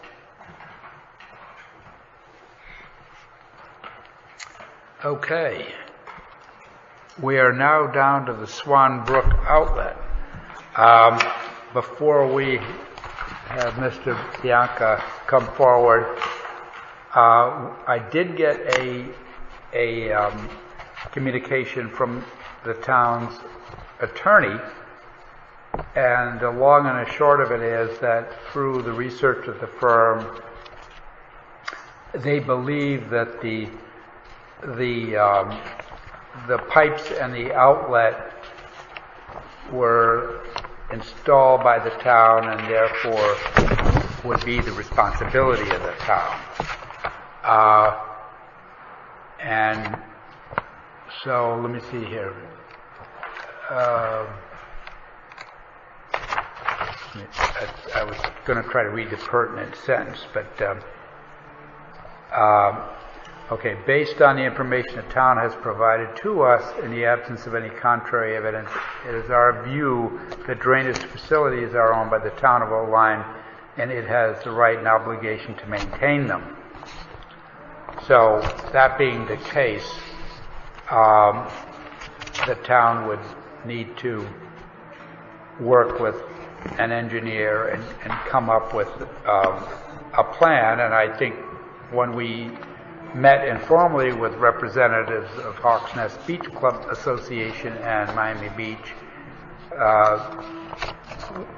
the group of informal people talked about it, and I think there was not a disagreement on a couple of different courses of action. I think by dealing with what we have, the two 36-inch pipes and the crib in front of it, we can operate with a certificate of permission, I think it's called, COP, which is different than a DEP permit. If you go the permit route, you're looking at 18 months of DEP paperwork. The certificate of permission can be done relatively quickly. And in talking with the engineer who came up with the idea of modifying the crib outlet with a curved end to it to block the water flow of suspended sand, which just gets into the crib and makes a mess, that might keep the water flowing better.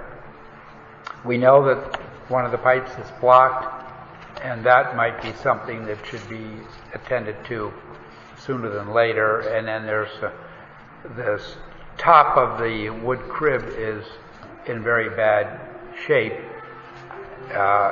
While people shouldn't be walking on the thing, you know, kids will be kids, and so it might be important to try to make that a little safer than it is. So I think that we have this, I won't call it an opinion, but this guidance from the attorney. I think that we don't need to wonder who's responsible. So with this being said, evidently it looks like we own this now. Can we get any FEMA money or grant? Well, that's another thing, because the superficial read of the regulations for this would be the American Recovery Plan money. They specifically mention water and sewer. Now, the water part, I don't know whether that means stormwater drainage or potable water. Certainly sewer is sewer.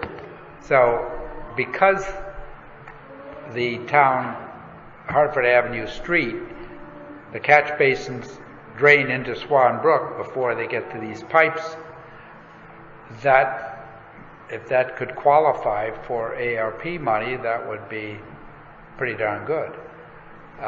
So I think we need to get an opinion from somebody up the line. I don't know, it'd be OPM or the Treasury or what, but I think you'd want to have somebody in authority say, yes, you can go that route, because I don't believe we have yet received the first half of those funds, but if they are expected imminently, and so that could be very helpful if this project were to qualify. Jim, is Hawks Nest, a private beach club association, offered to pitch in on this at all? Or is this going to be your opinion that the town owns 100% of this project? According to this letter. Well, I know we can find out directly here, but I know Hawks Nest Beach Club is not a private beach association. It doesn't have a mill rate. You know, it's just a voluntary group of people who have a right of way or rights to be there. And Ron he's from that Hawks Nest Beach Club Association. So they do not have reserves and taxing power and so forth. Miami Beach, on the other hand, is a private beach association. And when we were I did solicit the organizations before this was reviewed by an attorney, saying, you know, if we need to do something, maybe we could all pitch in and make it happen. And I think Hawks Nest they said, well, depending on the amount, maybe, but, if it gets to be a few $1,000s now, that becomes a different story. Miami Beach, they would have a little more in the way of reserves, but they, of course, they have their own issues with the public access to the beach and all that fun. So, it's a possibility, but I don't think it's something we should count on. What makes you think, you said that you think it would be nice if we could use the ARPA funds for this, but why do you think we would use 100% of ARPA funds and not, in the past we obviously have done work out of town operating budgets or town meeting Capital. Special appropriations for this. Maybe it would be a combination, and I don't even know how much this would cost, but we don't have that yet. But why would you think it might just be full ARPA funds? I think that we'd have to see. Obviously, there are a lot of competing things for these funds, and so I don't think any one project should soak it up. I think this would not take anywhere near even 50% of the money, which would be a little over $1 million. I don't think it would take anywhere near that kind of money. So, according to the engineer, but it could be if it's eligible, it could be these funds. It could be that once you started getting our committee people thinking about things, you could see. But I think that if this is a burden which the Oline taxpayers will shoulder, I think it's a good idea to think hard about this, because anything we can do to help mitigate the impact of the mill rate on our reserves benefits everyone. And so I think as we put things on the table, what do we do with this money, that'll be a challenge to say, well, how does this particular use of the money, if it does a social benefit, that's good. But I think there's got to be some eye toward what can we do that benefits everyone in town financially. So we've not received numbers, even vague numbers, as to what the solution the engineer is talking about under the certificate of permission. And I think I may have mentioned that instead of having a wood crib at the end, he was suggesting to have galvanized sheet pile driven in, which would be probably 20-foot long sections that would interlock, and the waves still would have an impact on it over time, but not as quickly as the wood. So, but this is just a concept at this point. It's not been something that he says, I think you should do this. How long has the pipe been blocked? At least 10 years. 10 years, really? Yeah. The construction was in 2000. Well, Ron, let me bring you up. Bring up here. Have a seat here. This is Ron Bianco, and are you the president? Right now, I'm the vice president. I was the president for a while, but I'm vice president of the Hawks Nest Beach Club. Hawks Nest Beach Club Association, Inc. Yes, Inc. Yes. The pipes were flowing freely when we put it in 2000, when it was built, and it's been about 10 years since that the one pipe has been blocked. It started, gradually, and now it's just basically blocked. What I have here is a petition from some residents in Hawks Nest Beach area. With pledge cards? Pardon? Pledge cards are along with this? No. I don't think so. No? No. Basically, I put a cover letter here to just tell you what this is, a petition. So we're very concerned about how dangerous and hazardous this crib is. It's very much prone to flooding, which affects properties in both Hawksnest and Miami Beach. I put a little history here. The Swan Brook is a watershed approximately 3 miles long. It was originally built in 1950.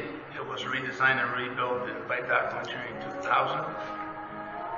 And it was repaired in 2009.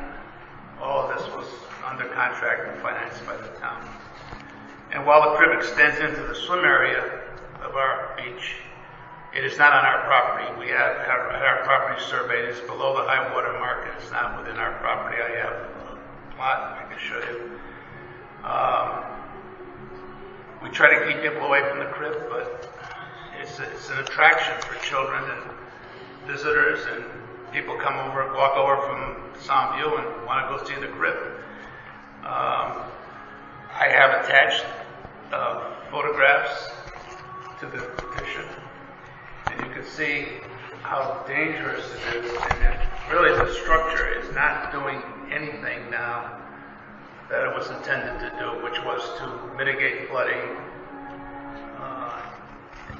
It's just not doing any of that.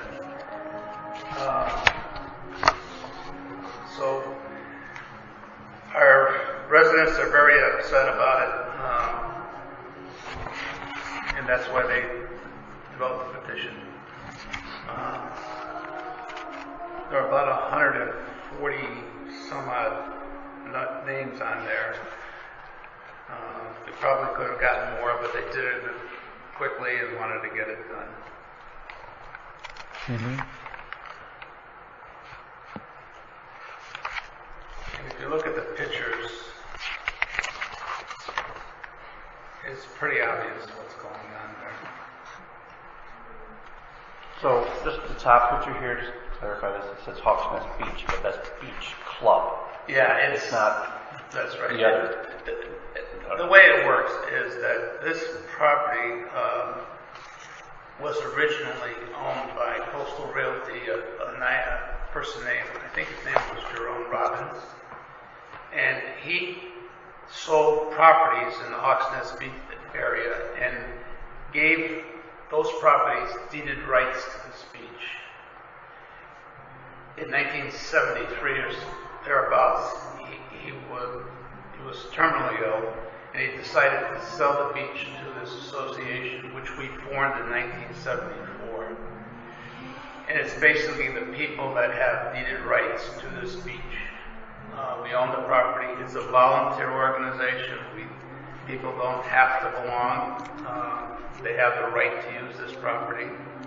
But they have to reside down there then. Right. They have to reside down there because you don't have any parking, correct? Sorry. How did You have to reside down there to be. Yes, you have to be a property owner to be a member of our association. Okay. And that property has deeded rights to this beach area. But does everyone within the confines of Hawksnest have the right to become a member of Hawksnest Beach Club? For the most part, yes. Not everyone. No. Some of the properties down there where Garvin is do not have deeded rights. Mm-hmm. But people over in where Steve Ross lives, over Sandalwood and Dogwood. they have deeded rights because really? that the owner of those properties was the guy who owned this property, and that was his selling point, was to give them deeded rights. So what's the sense of how many properties could be? We did an estimate some years ago, and the best number we came up with was about 250 to about 260 properties that had deeded rights. We currently have about 180 members in our association, so not everyone that has deeded rights is a member of our association. So to be a member, you have to pay a modest amount each year? We charge $100 a year, mostly just to keep the beach clean, have a little security. We are not a chartered beach. That's why we don't get anything from the town for security. we have no taxing rights, we have no assessment rights. People don't have to join our association. They do it voluntarily to maintain the beach, but you can't make me join the association. I have rights to that beach. But I that's can go there. 70 or 80 people who are not members are not supposed to go to the beach then, right? Well, we really can't keep them off. If they come down, they have yeah? rights, we let them on. We try to keep people off our beach that don't belong to us, to our members, our association, but we can't stop people that need the rights from coming on our beach. Shame. Well, yeah. you know, we ask them to voluntarily contribute and just help us keep the beach clean and safe. So do people have a card then that shows that they're... I'm sorry? The people that pay the dues to the association, do they have a card they show to pay to get in, and the rest... There's no gate. Well, there is a person, a young person usually... We have security, we have beach tags. And people that have a beach tag, there's no question. If you come down and you don't have a beach tag, and you tell us you have property rights, we ask you your name and your beach address, we let you on the beach, and then we verify that that's correct. Okay. So we're not confrontational, we're not, trying to cause a problem. But and people can bring guests to the beach? Oh yes, all guests and all rentals, and there's no limit to how many guests you can have. Right. So, yeah. And if you rent property, your renters can use the beach. Does it get very crowded in the peak? On Sundays, it's very, very crowded. Mm-hmm. This past weekend, Father's Day, there were a lot of people because they had relatives down and family. And yeah. It's a very nice beach. Yeah. It really is. Yeah. Okay. So, this crib has been deteriorating for the last couple of years.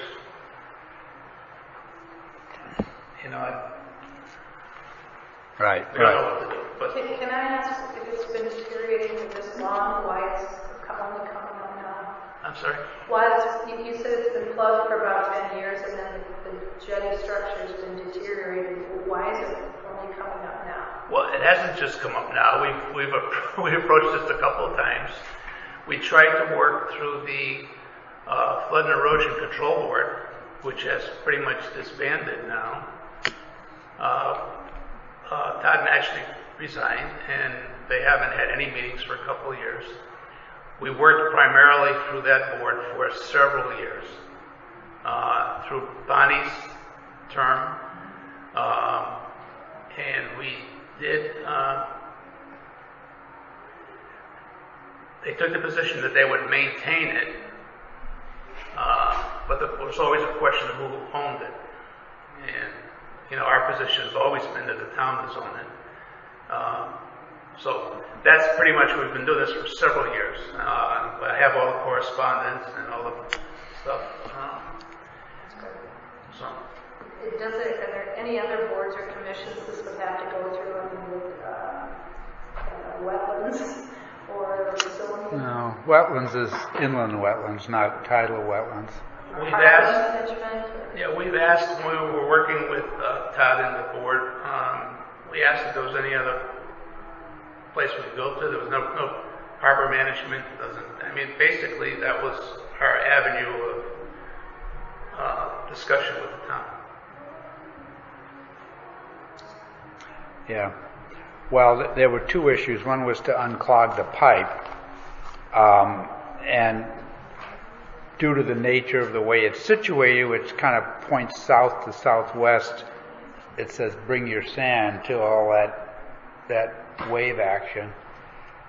And I guess even in the winter, the sand heaps up over the side of it and dumps in, and then when you get a machine trying to dig the sand out, you have a narrow thing, and you can imagine having a machine on the side and the arm and the bucket, it's going to damage the wooden side after time. So that would be another advantage of this sheet pile, that it would be more durable than wood. We feel that if we could open up the second pipe, the water would flow more freely and probably not get backed up as much. With only one pipe flowing, there's not a lot of pressure moving the sand out. At a previous Board of Selectmen meeting, Tim, you said you had somebody, a member of the association, that was going to lift the cover up and try. Well, we and did pull all out. that. You did that already. Yeah, and we found that the cover is probably 120 feet away from the crib back in the sand. So the blockage was Long Island Sound side of the cover. And it's probably about right in the middle between where the cover is and where the pipe ends. So it could be like 50 feet in from the front. So the member of Miami Beach who does this for a living said he'd get like a huge pressure washer type thing and try to blast the sand out. What was strange to me is that there's not a big bunch of water behind the blockage sitting there waiting to get out. The pitch on the pipes is not very... Yeah. So, if there was some conversation, there might even be some sort of a rock in there that's further complicating things. I don't know how you'd get a rock of any size 50 feet back in a pipe, but who knows. So that would be something to do, and we had a verbal estimate from this gentleman. We'd probably want to get another estimate or two to compare what to do, but it would require getting some equipment into the area to properly deal with the blockage. And I think he was saying he would go from the water side and free it that way as opposed to trying to push it from the land side. Evidently, it's hard for them to get equipment down through the manhole cover. The easiest way for that is to go in through the opening from the Long Island Sound area. It's a 36-inch pipe. Yeah, 36 to 30. So it's not that, it's not that great to work in. No. And you're in a confined space and all that. So obviously it would need to be done, you want this sooner than later, but you don't want it probably done in the summertime. You probably want it done after Labor Day, because you can dig up the whole beach. We were hoping to get it done before Memorial Day, but I mean, at this point, I think, I don't know what we can do to mitigate the damage. I suppose there. one question would be, how important is the wood crib at this point? If you were to yank it, what would be the consequence of that? And then, maybe after the season you could do something new. The other thing would be, if this were eligible for funding, then that might, if the timing of the money is such, that might be helpful too. More stuff could be done. But probably at this point, unclogging the pipe and fixing or remediating the bad crib. The immediate thing for us is to fix the crib itself. Yeah. Get rid of the material, whether we remove it or repair it or... You probably don't want to commit a lot of resources to fixing it because, if that's not the final solution. But you can see there's one pipe that's bent up with a spike sticking out, and believe it or not, people walk on this thing. Kids will get up there and walk on it, and we try to keep them off. And they have parents? And we have some success, but sometimes yeah, we get responses we're not happy with. I can imagine. Okay, well, this is, we've kicked this around a bit, and so I think I informed the Board of Finance about this. I saw the minutes, yes. So I think we could have a conversation with the engineer about if this thing is so dilapidated, does it serve any purpose at this point? I don't think it does, but The left side, the east side, is more intact than the west side. yeah, that only has a few broken boards. But the west side is just a disaster. And there was some suggestion to bring in some large rocks and lay them down in front of the west side to break the wave action, but if that, you have to find the rocks, transport the rocks, place them. They have to be big enough so that if you had a good sized storm, they're not going to move. So that might cost money. So you got to be careful.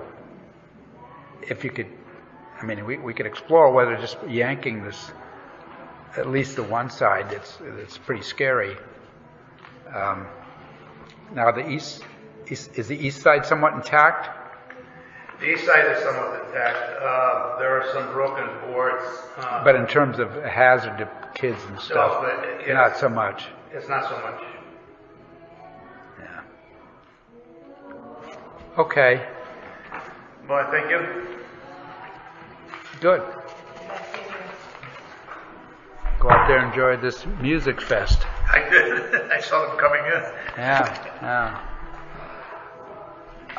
Okay, we'll move along here. The Millstone Power Plant, the evaluated exercise on June 8th. The verbal response was that it was a very good exercise for Old Lyme, as usual. So there were probably a dozen people in the emergency center working radiology and the communications and a lot of different things, so that was good. Next item is the Soundview sewer update. I'll see if Rich Prendergast is on the phone, because I think we haven't heard too much about this. So, all participants are being asked to unmute themselves. Rich Prendergast, might you be on the phone?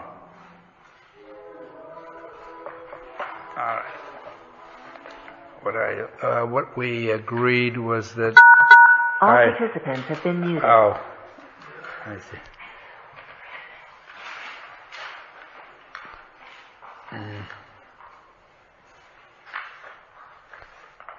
I'll give him a quick call, because I think if he can give us a quick summary, that would be.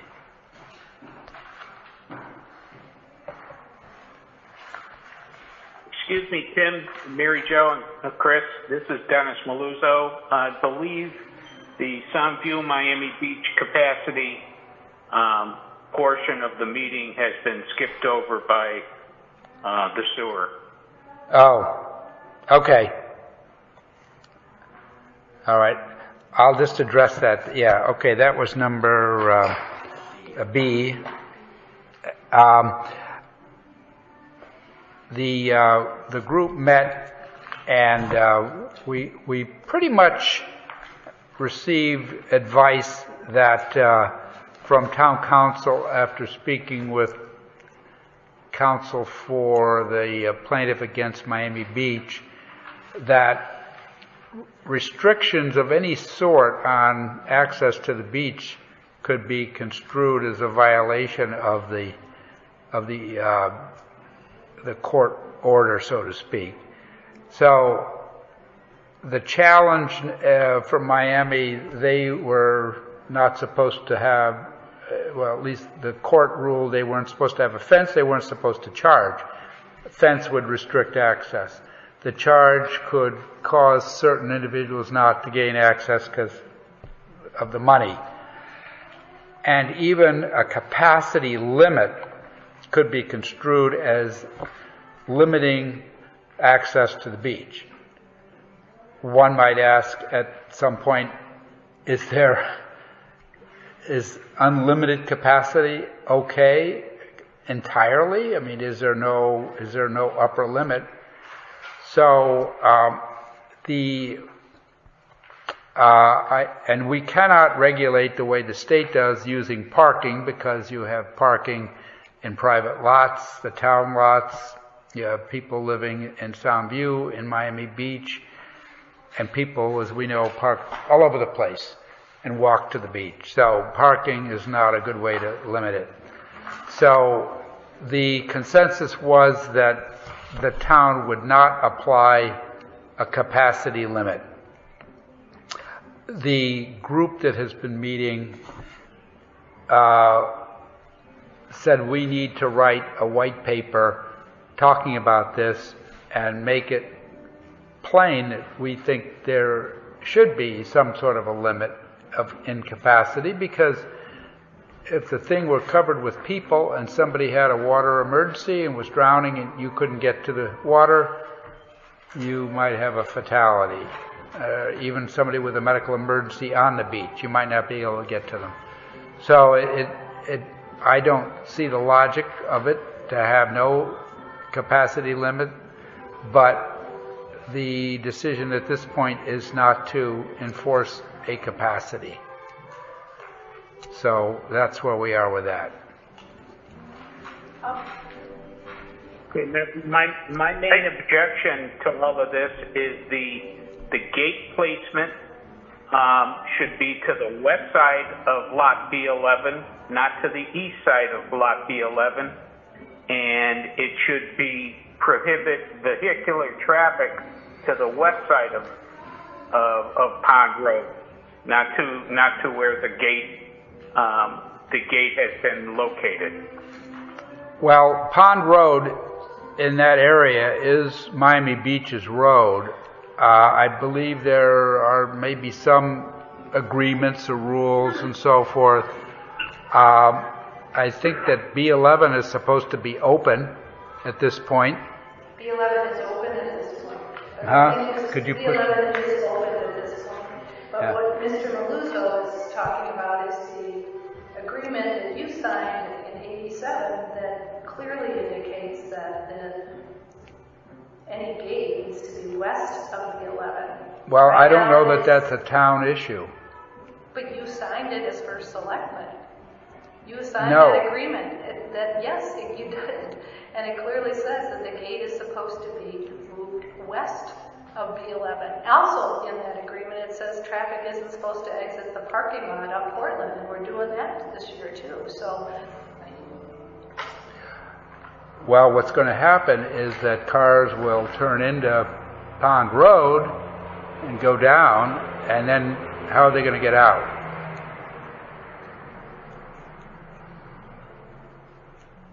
I'm not sure what you're talking about right now.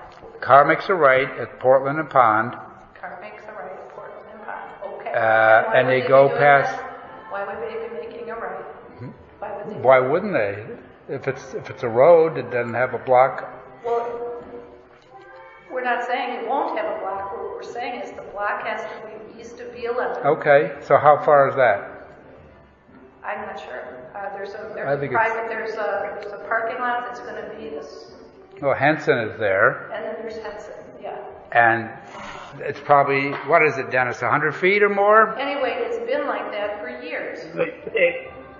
It's that, as a matter of fact, the Lot B11 is where Scott Belanger built his new house, and B11 always ran to the west side of his property, and that's where Miami Beach used to always post telephone poles and roping off with no access. And that's what precipitated the agreement that they would keep that open, and that there would be no encumbrances on the public to access B11. If they wanted to put a vehicular restriction, it had to be on the west side of B11, not on the east side. Okay, so And that's where the gate was installed. The question is, if a car turned in there, there's no blocking of vehicular until the west side of B11, how would that car exit, because they're going to come up against a fence on the west side of B11?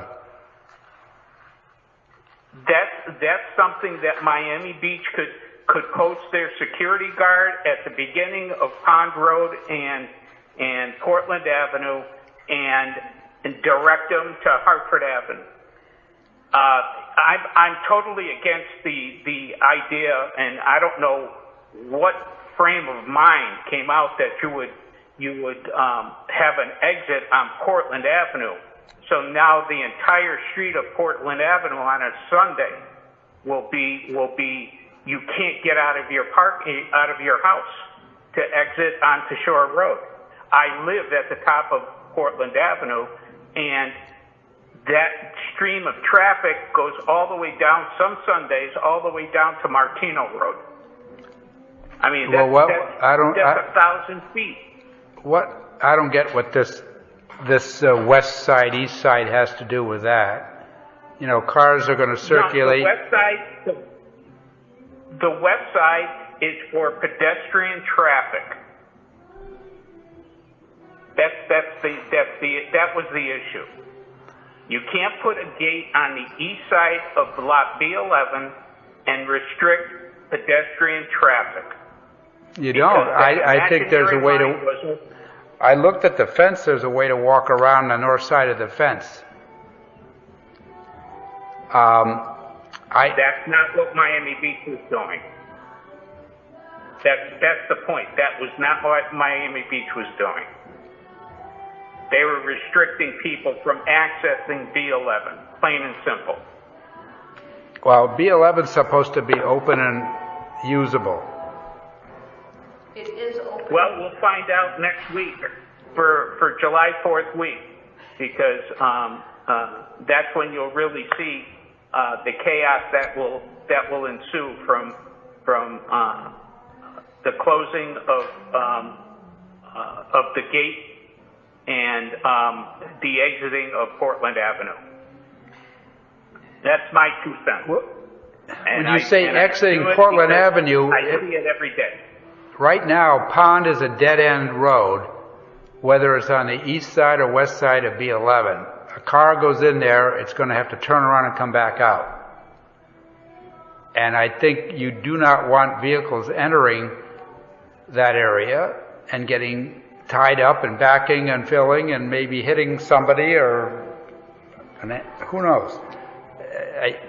You need to stop people from entering that area. And now with the Henson parking lot, you have to be careful because that's a business and they need access. So, well, we'll have to look at this when there's...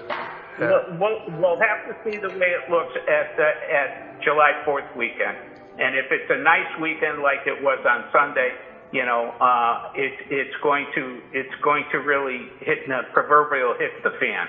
Well, I don't see why, you know, cars are circulating down Hartford and down Portland and vice versa. So whether somebody pulled into Pond at Portland and went to the west, they're going to have to come out unless they go to the parking lot. I don't see why that would change the parking, the vehicular pattern going up Portland or Hartford. But we'll look into...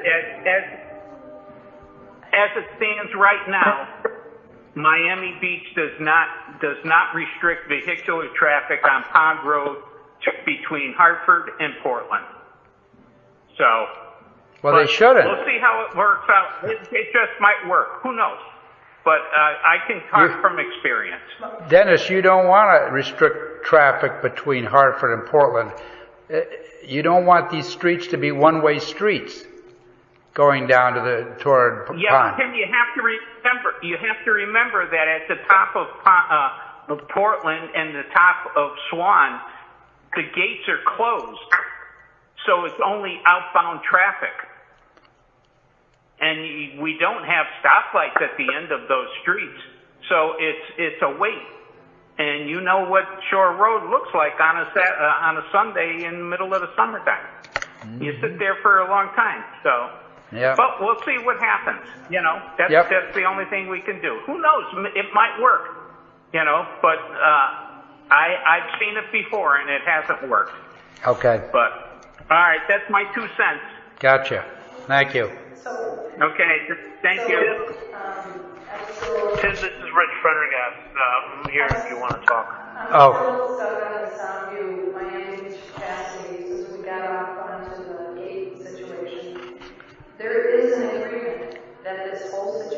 usually violate, so that has to be Can't hear you. discussed. Why? Would you please push the boom? I can't hear you. So we are violating an agreement that you signed in 1987. 87? Yep, that prohibits a gate anywhere, and the gate has to be west of the 11. And then the other part was traffic isn't to exit the town lot north on Portland Avenue. But so there are two issues in that agreement, and I would like some discussion on is that In 87? Yes, 1987 when you were first selectman, you signed this agreement. I think I came in 97. Worthless now? I came in 97. Well, maybe it's 97, excuse me. But it was in you signed this agreement, and they say 1997, and it prohibits the gate being up, blocking. Okay. All right, we'll look at it. We'll move on here. No. We're not just going to drop this. I want to know, if I send you the agreement, do you need me to send it to you? It's in the town clerk's office. Well, I may have the 97 one. I'll look and see. But if it's documented in the agreement that it can't be there, then we can ask why it is not in the right place. But I still don't think it's going to solve any problems because vehicles are going to go into Pond Road. If they don't have personnel up there monitoring, which is going to be doubled because now Henson's parking lot has people coming and going, you can't do much there in the way of barricades. So people will go down past Henson, get stuck down there, turn around, and then there's going to be... In the past, they did have those movable barricades. They would move the barricades to let traffic out. We give Miami Beach plenty of money for security. Perhaps that is something. You asked them about that. Well, I happen to know that we do. The town gives them a lot of money. Maybe that is something that we need to agree that goes towards monitoring that area if it's a safety concern. It appears that you think it's a safety concern, so why wouldn't we encourage there be a guard there managing that traffic concern? Well, they may not put one there. I don't know. It's got to be sorted out. Well, in the past, they've had those mobile barriers and they moved them. Each time someone goes to when Henson. Henson filled up, then the main issue was Henson's parking lot exiting. That was the worst issue. By then, they did put the barriers up and no traffic could go down there. They could only exit. My question is, why is the parking lot exiting in on Portland? Well, Henson is one lot back. Is it a town parking lot? No, it's a private lot. But No. It's the town's parking lot is exiting on Portland. Yes, Why is that? because you have cars coming in from Hartford, and then they go out and have to go north on Portland. Okay, so it's to save the traffic coming out of the Hartford. Yeah, because if you have them coming in and trying to exit at the same time, it's a bit confusing. And then if they go make a right out of the parking lot on Hartford, now you got to go all the way around the block. Maybe it just seemed more sensible to have them exit onto Portland with a one-way north. Now, if the street is closed at the top, then they can cross over on Bocce or Martino and get onto Hartford. If the gates are shut at the top, but it's not an ideal situation. But if the gates are shut at the top, they can exit, they can't enter. So they can still exit. Then they could do that. Dennis was saying when they're sitting there, and if they want to take a left, it's going to take them forever, and that backs up down Portland. That's what he was complaining about. Well, That's his word. then you have choices. You know it's going to be crowded, so if you don't... Okay. And my point is, why are we violating an agreement? Well, it's a question of who's violating.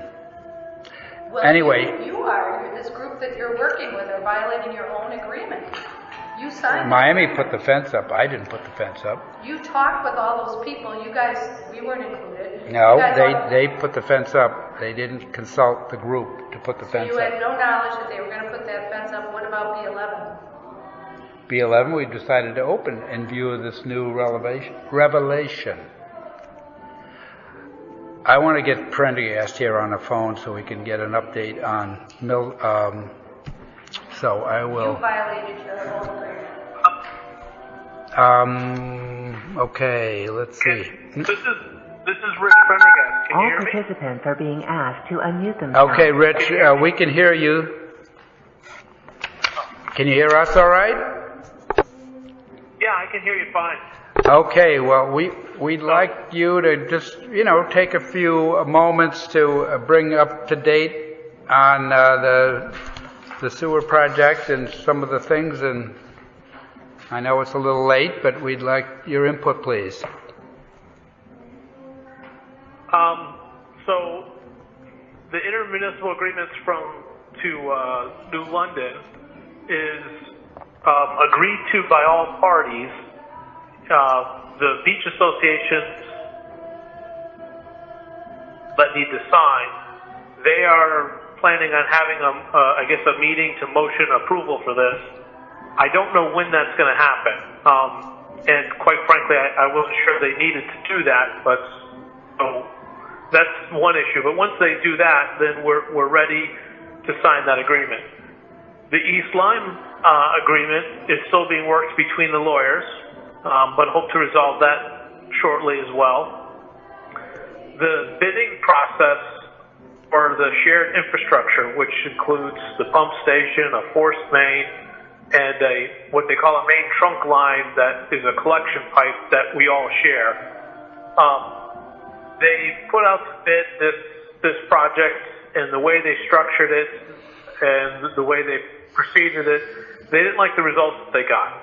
They didn't get enough bidders, so what they're planning on doing is restructuring that bid process, making it try to ensure more competition and lower the total overall cost.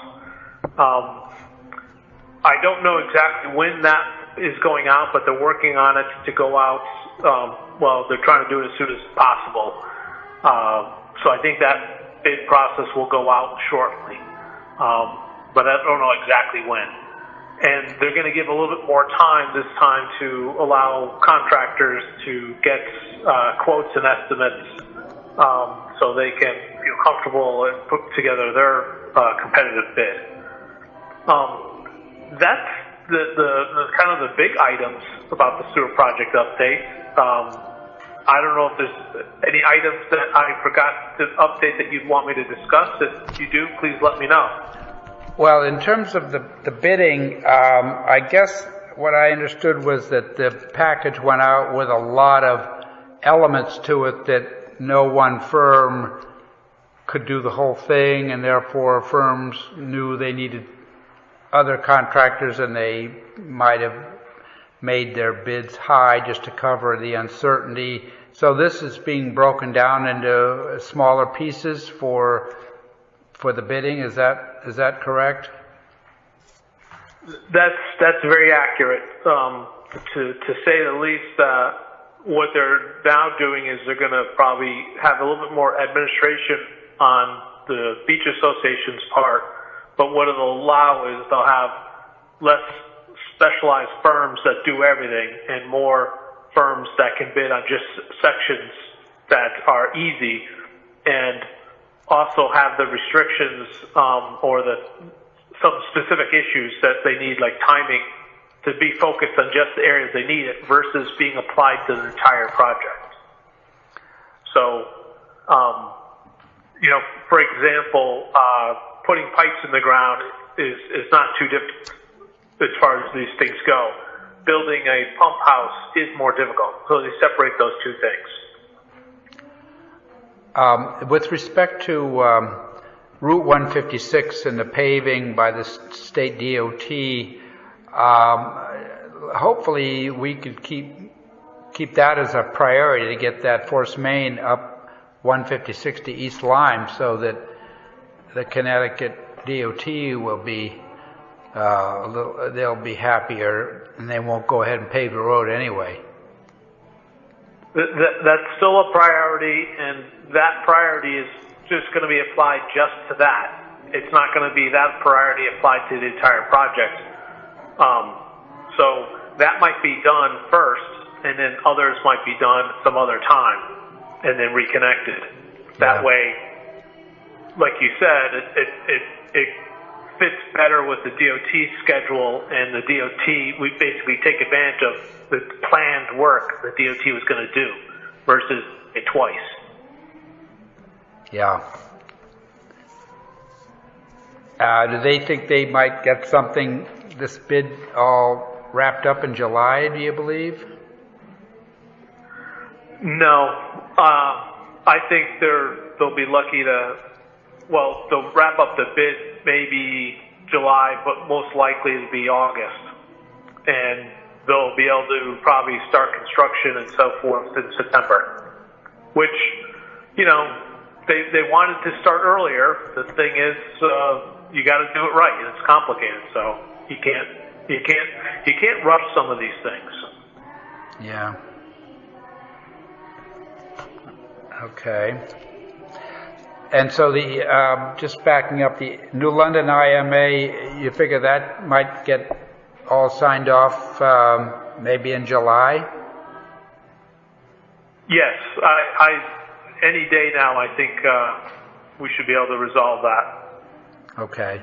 We should be ready to schedule the signing part of it. Good. Okay. Next question? Sure. Rich, do you happen to know any where the other beaches are, their progress is in all this? Are they still waiting on the same stuff we are? Are they planning on starting soon? Or are they on hold? Or any idea? They're focusing on this bidding of the shared infrastructure because they see this as a key part of it prior to start building their own pipes and their own collection pipes.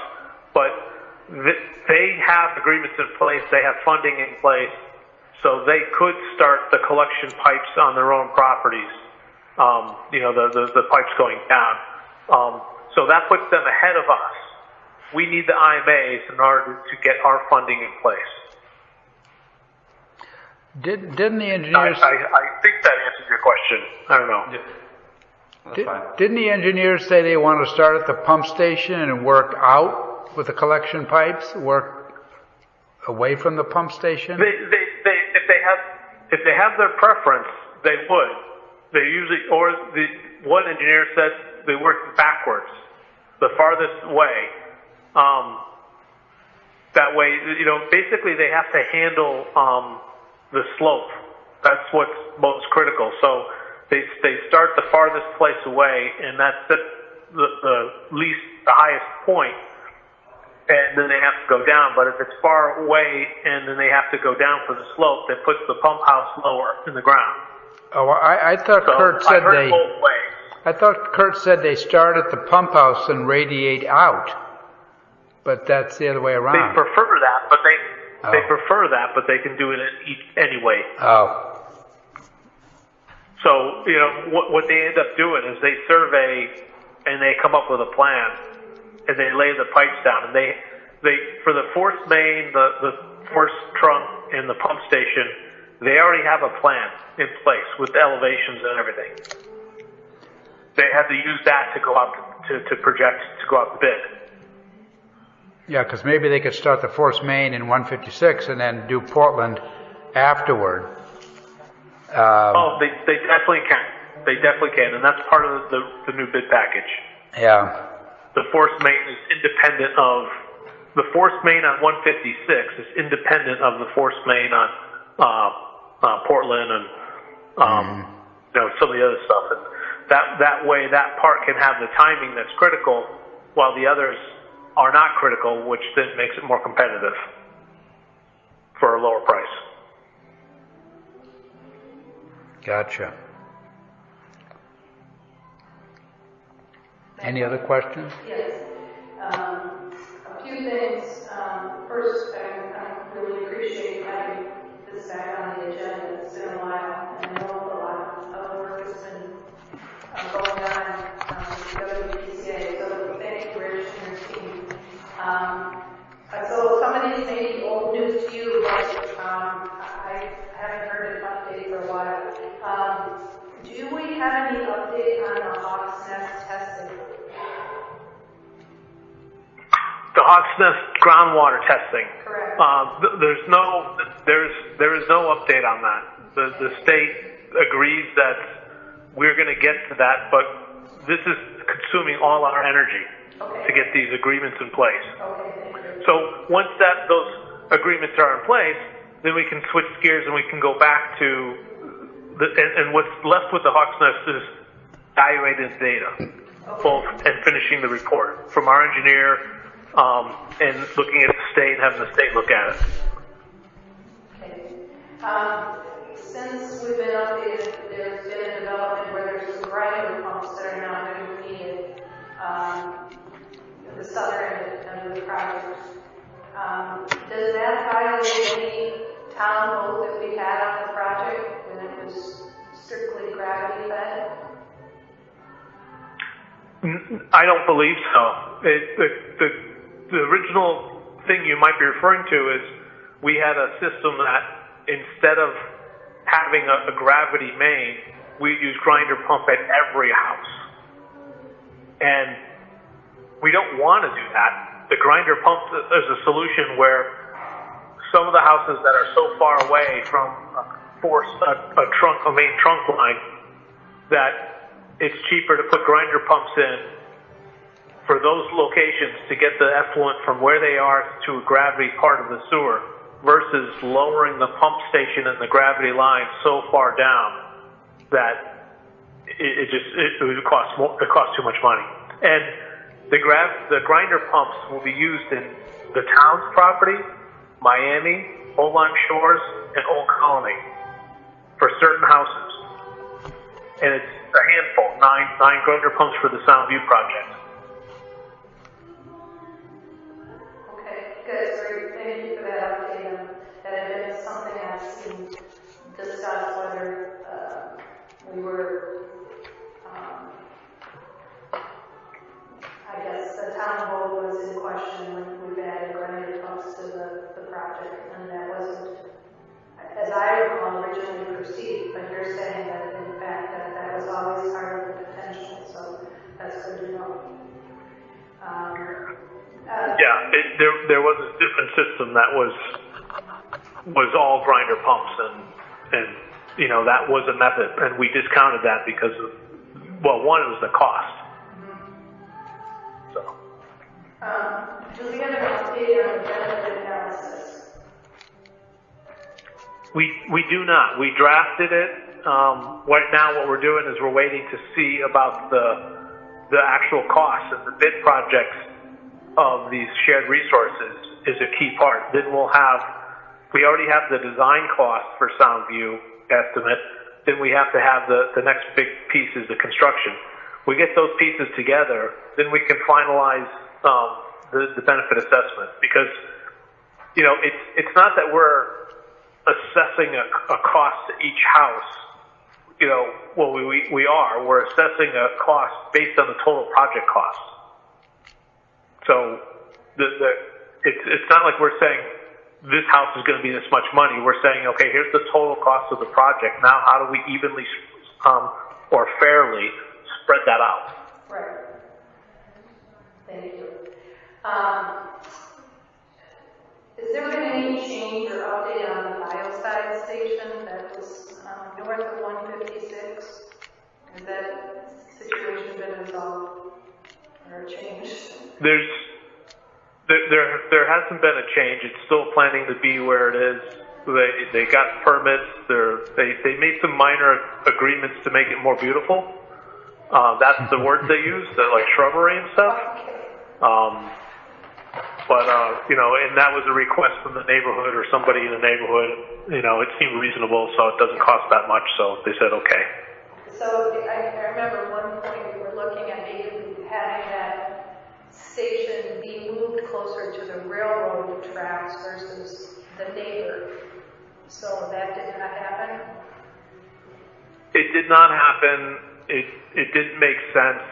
You know, it's it's 20 feet away, it's 40 feet away, and I think the problem is the railroad wouldn't allow it. Okay.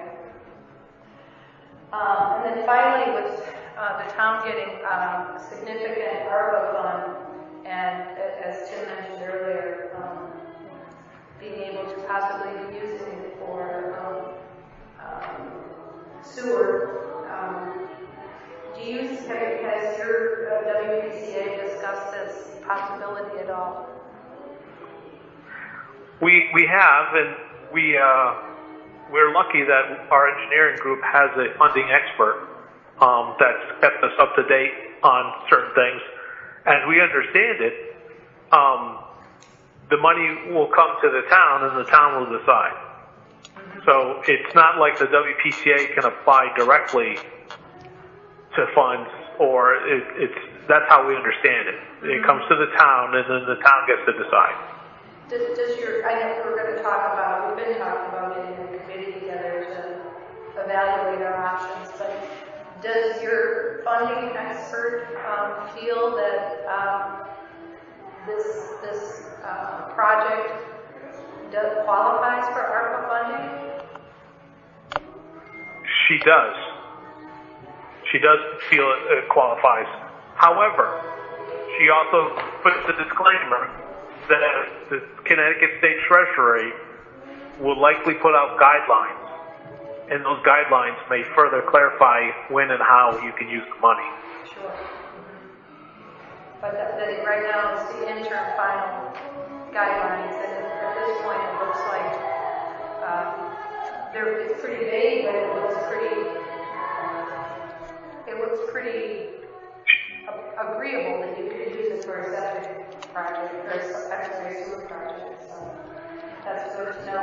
Yes, she said it was vague on purpose. Yeah. She said it was probably one of the more vague funding agreements ever. Yeah. And I think she said it was done on purpose because they weren't going to try to come up with perfect language that fit everyone. Yeah. Thanks, Rich. That's all the questions I have. You're welcome. Okay, thanks. We will turn to new business. We were going to provide some names of potential people to be on the American Recovery Plan Committee. So, all participants have been muted. Can shoot me some names, that would be appreciated. I sent you a list on June 12th. All right, well, you want to stay with that? That's your list then, right? It's my list. In fact, it's pretty broad. I thought we might want to do like an executive committee out of this, but it includes representation from social services, the OISD, public health. Right. Well, yeah, I think we collect the names and then we'll review it and we'll decide, get a group together. I don't know how big we want to make it. I think bigger's not necessarily better, but, I agree, but when it's a quarter of our operating budget that we're expecting, you might want to have an executive committee and then some other functions that the executive committee reaches out to. Okay. Well, if you want me to use that list, I'll use that list. Chris? I'll email you some Yeah, stuff that'd be tomorrow. helpful. All right. Okay. We will turn to public comment next, so I will unmute the phone and all participants are being asked to unmute themselves. Anyone who wishes to make a public comment at this point, please.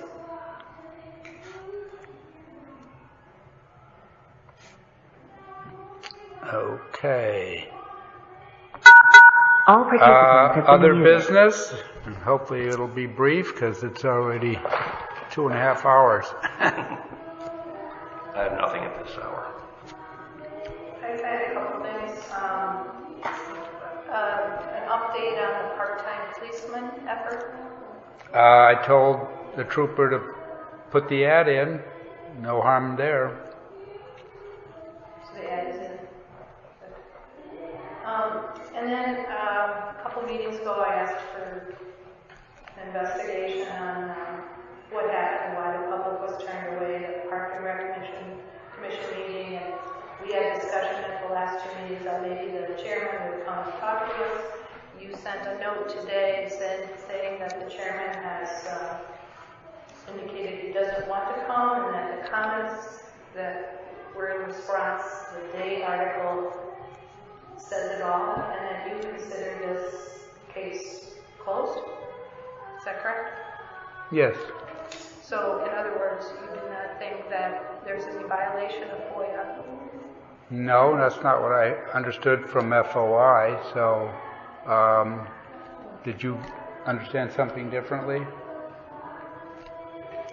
Yeah, I think that we've been having hybrid meetings throughout COVID. Our meetings have always been open to the public. Yes, did you hear from the FOI that he violated it? I know your assistant talked to FOI. I haven't called FOI.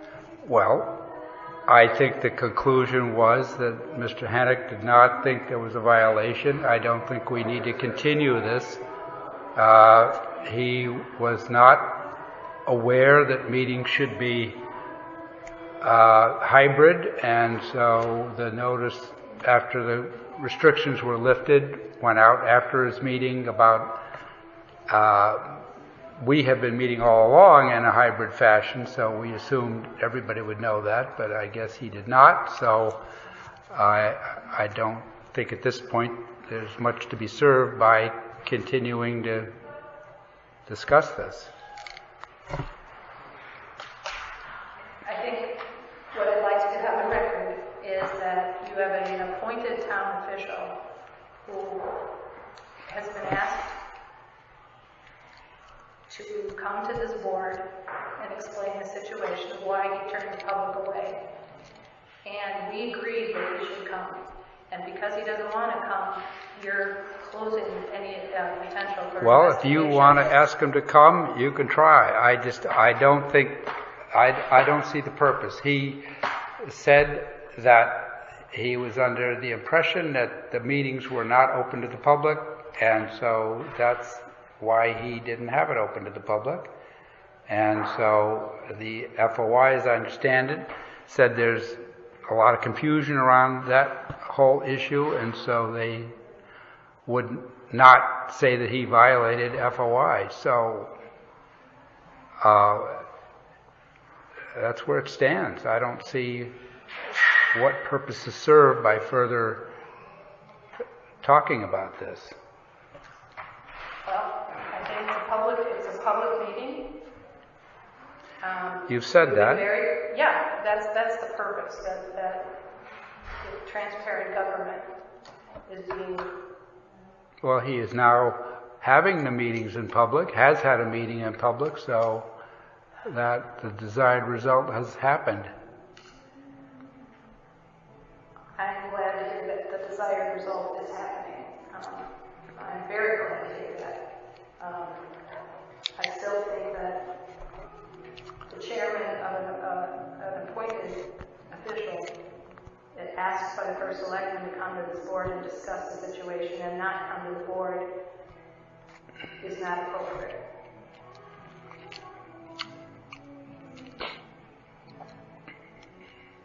I think Mr. Dunn should show up and put his story on the record. That would be a more public result rather than you, Tim, emailing the two of us and saying you consider the case closed. That's not transparent government.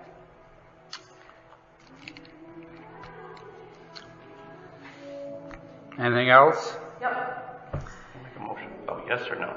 You said yep or no? I said yep. One other thing. Again, I'm asking this board to reconsider the resolution declaring racism a public health crisis. It's been 10 months now that I've been talking to you guys about this. And I acknowledge uncertainty, the uncomfortableness of discussing this, but I've also urged us to have a substantive discussion on the resolution so that maybe we come up with something that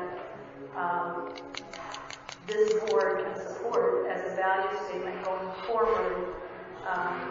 Basically make sure that our policies are looked at with an equitable eye. There have been many people who have called, who have written in, who have signed a petition in favor of this, many more than have been against the resolution.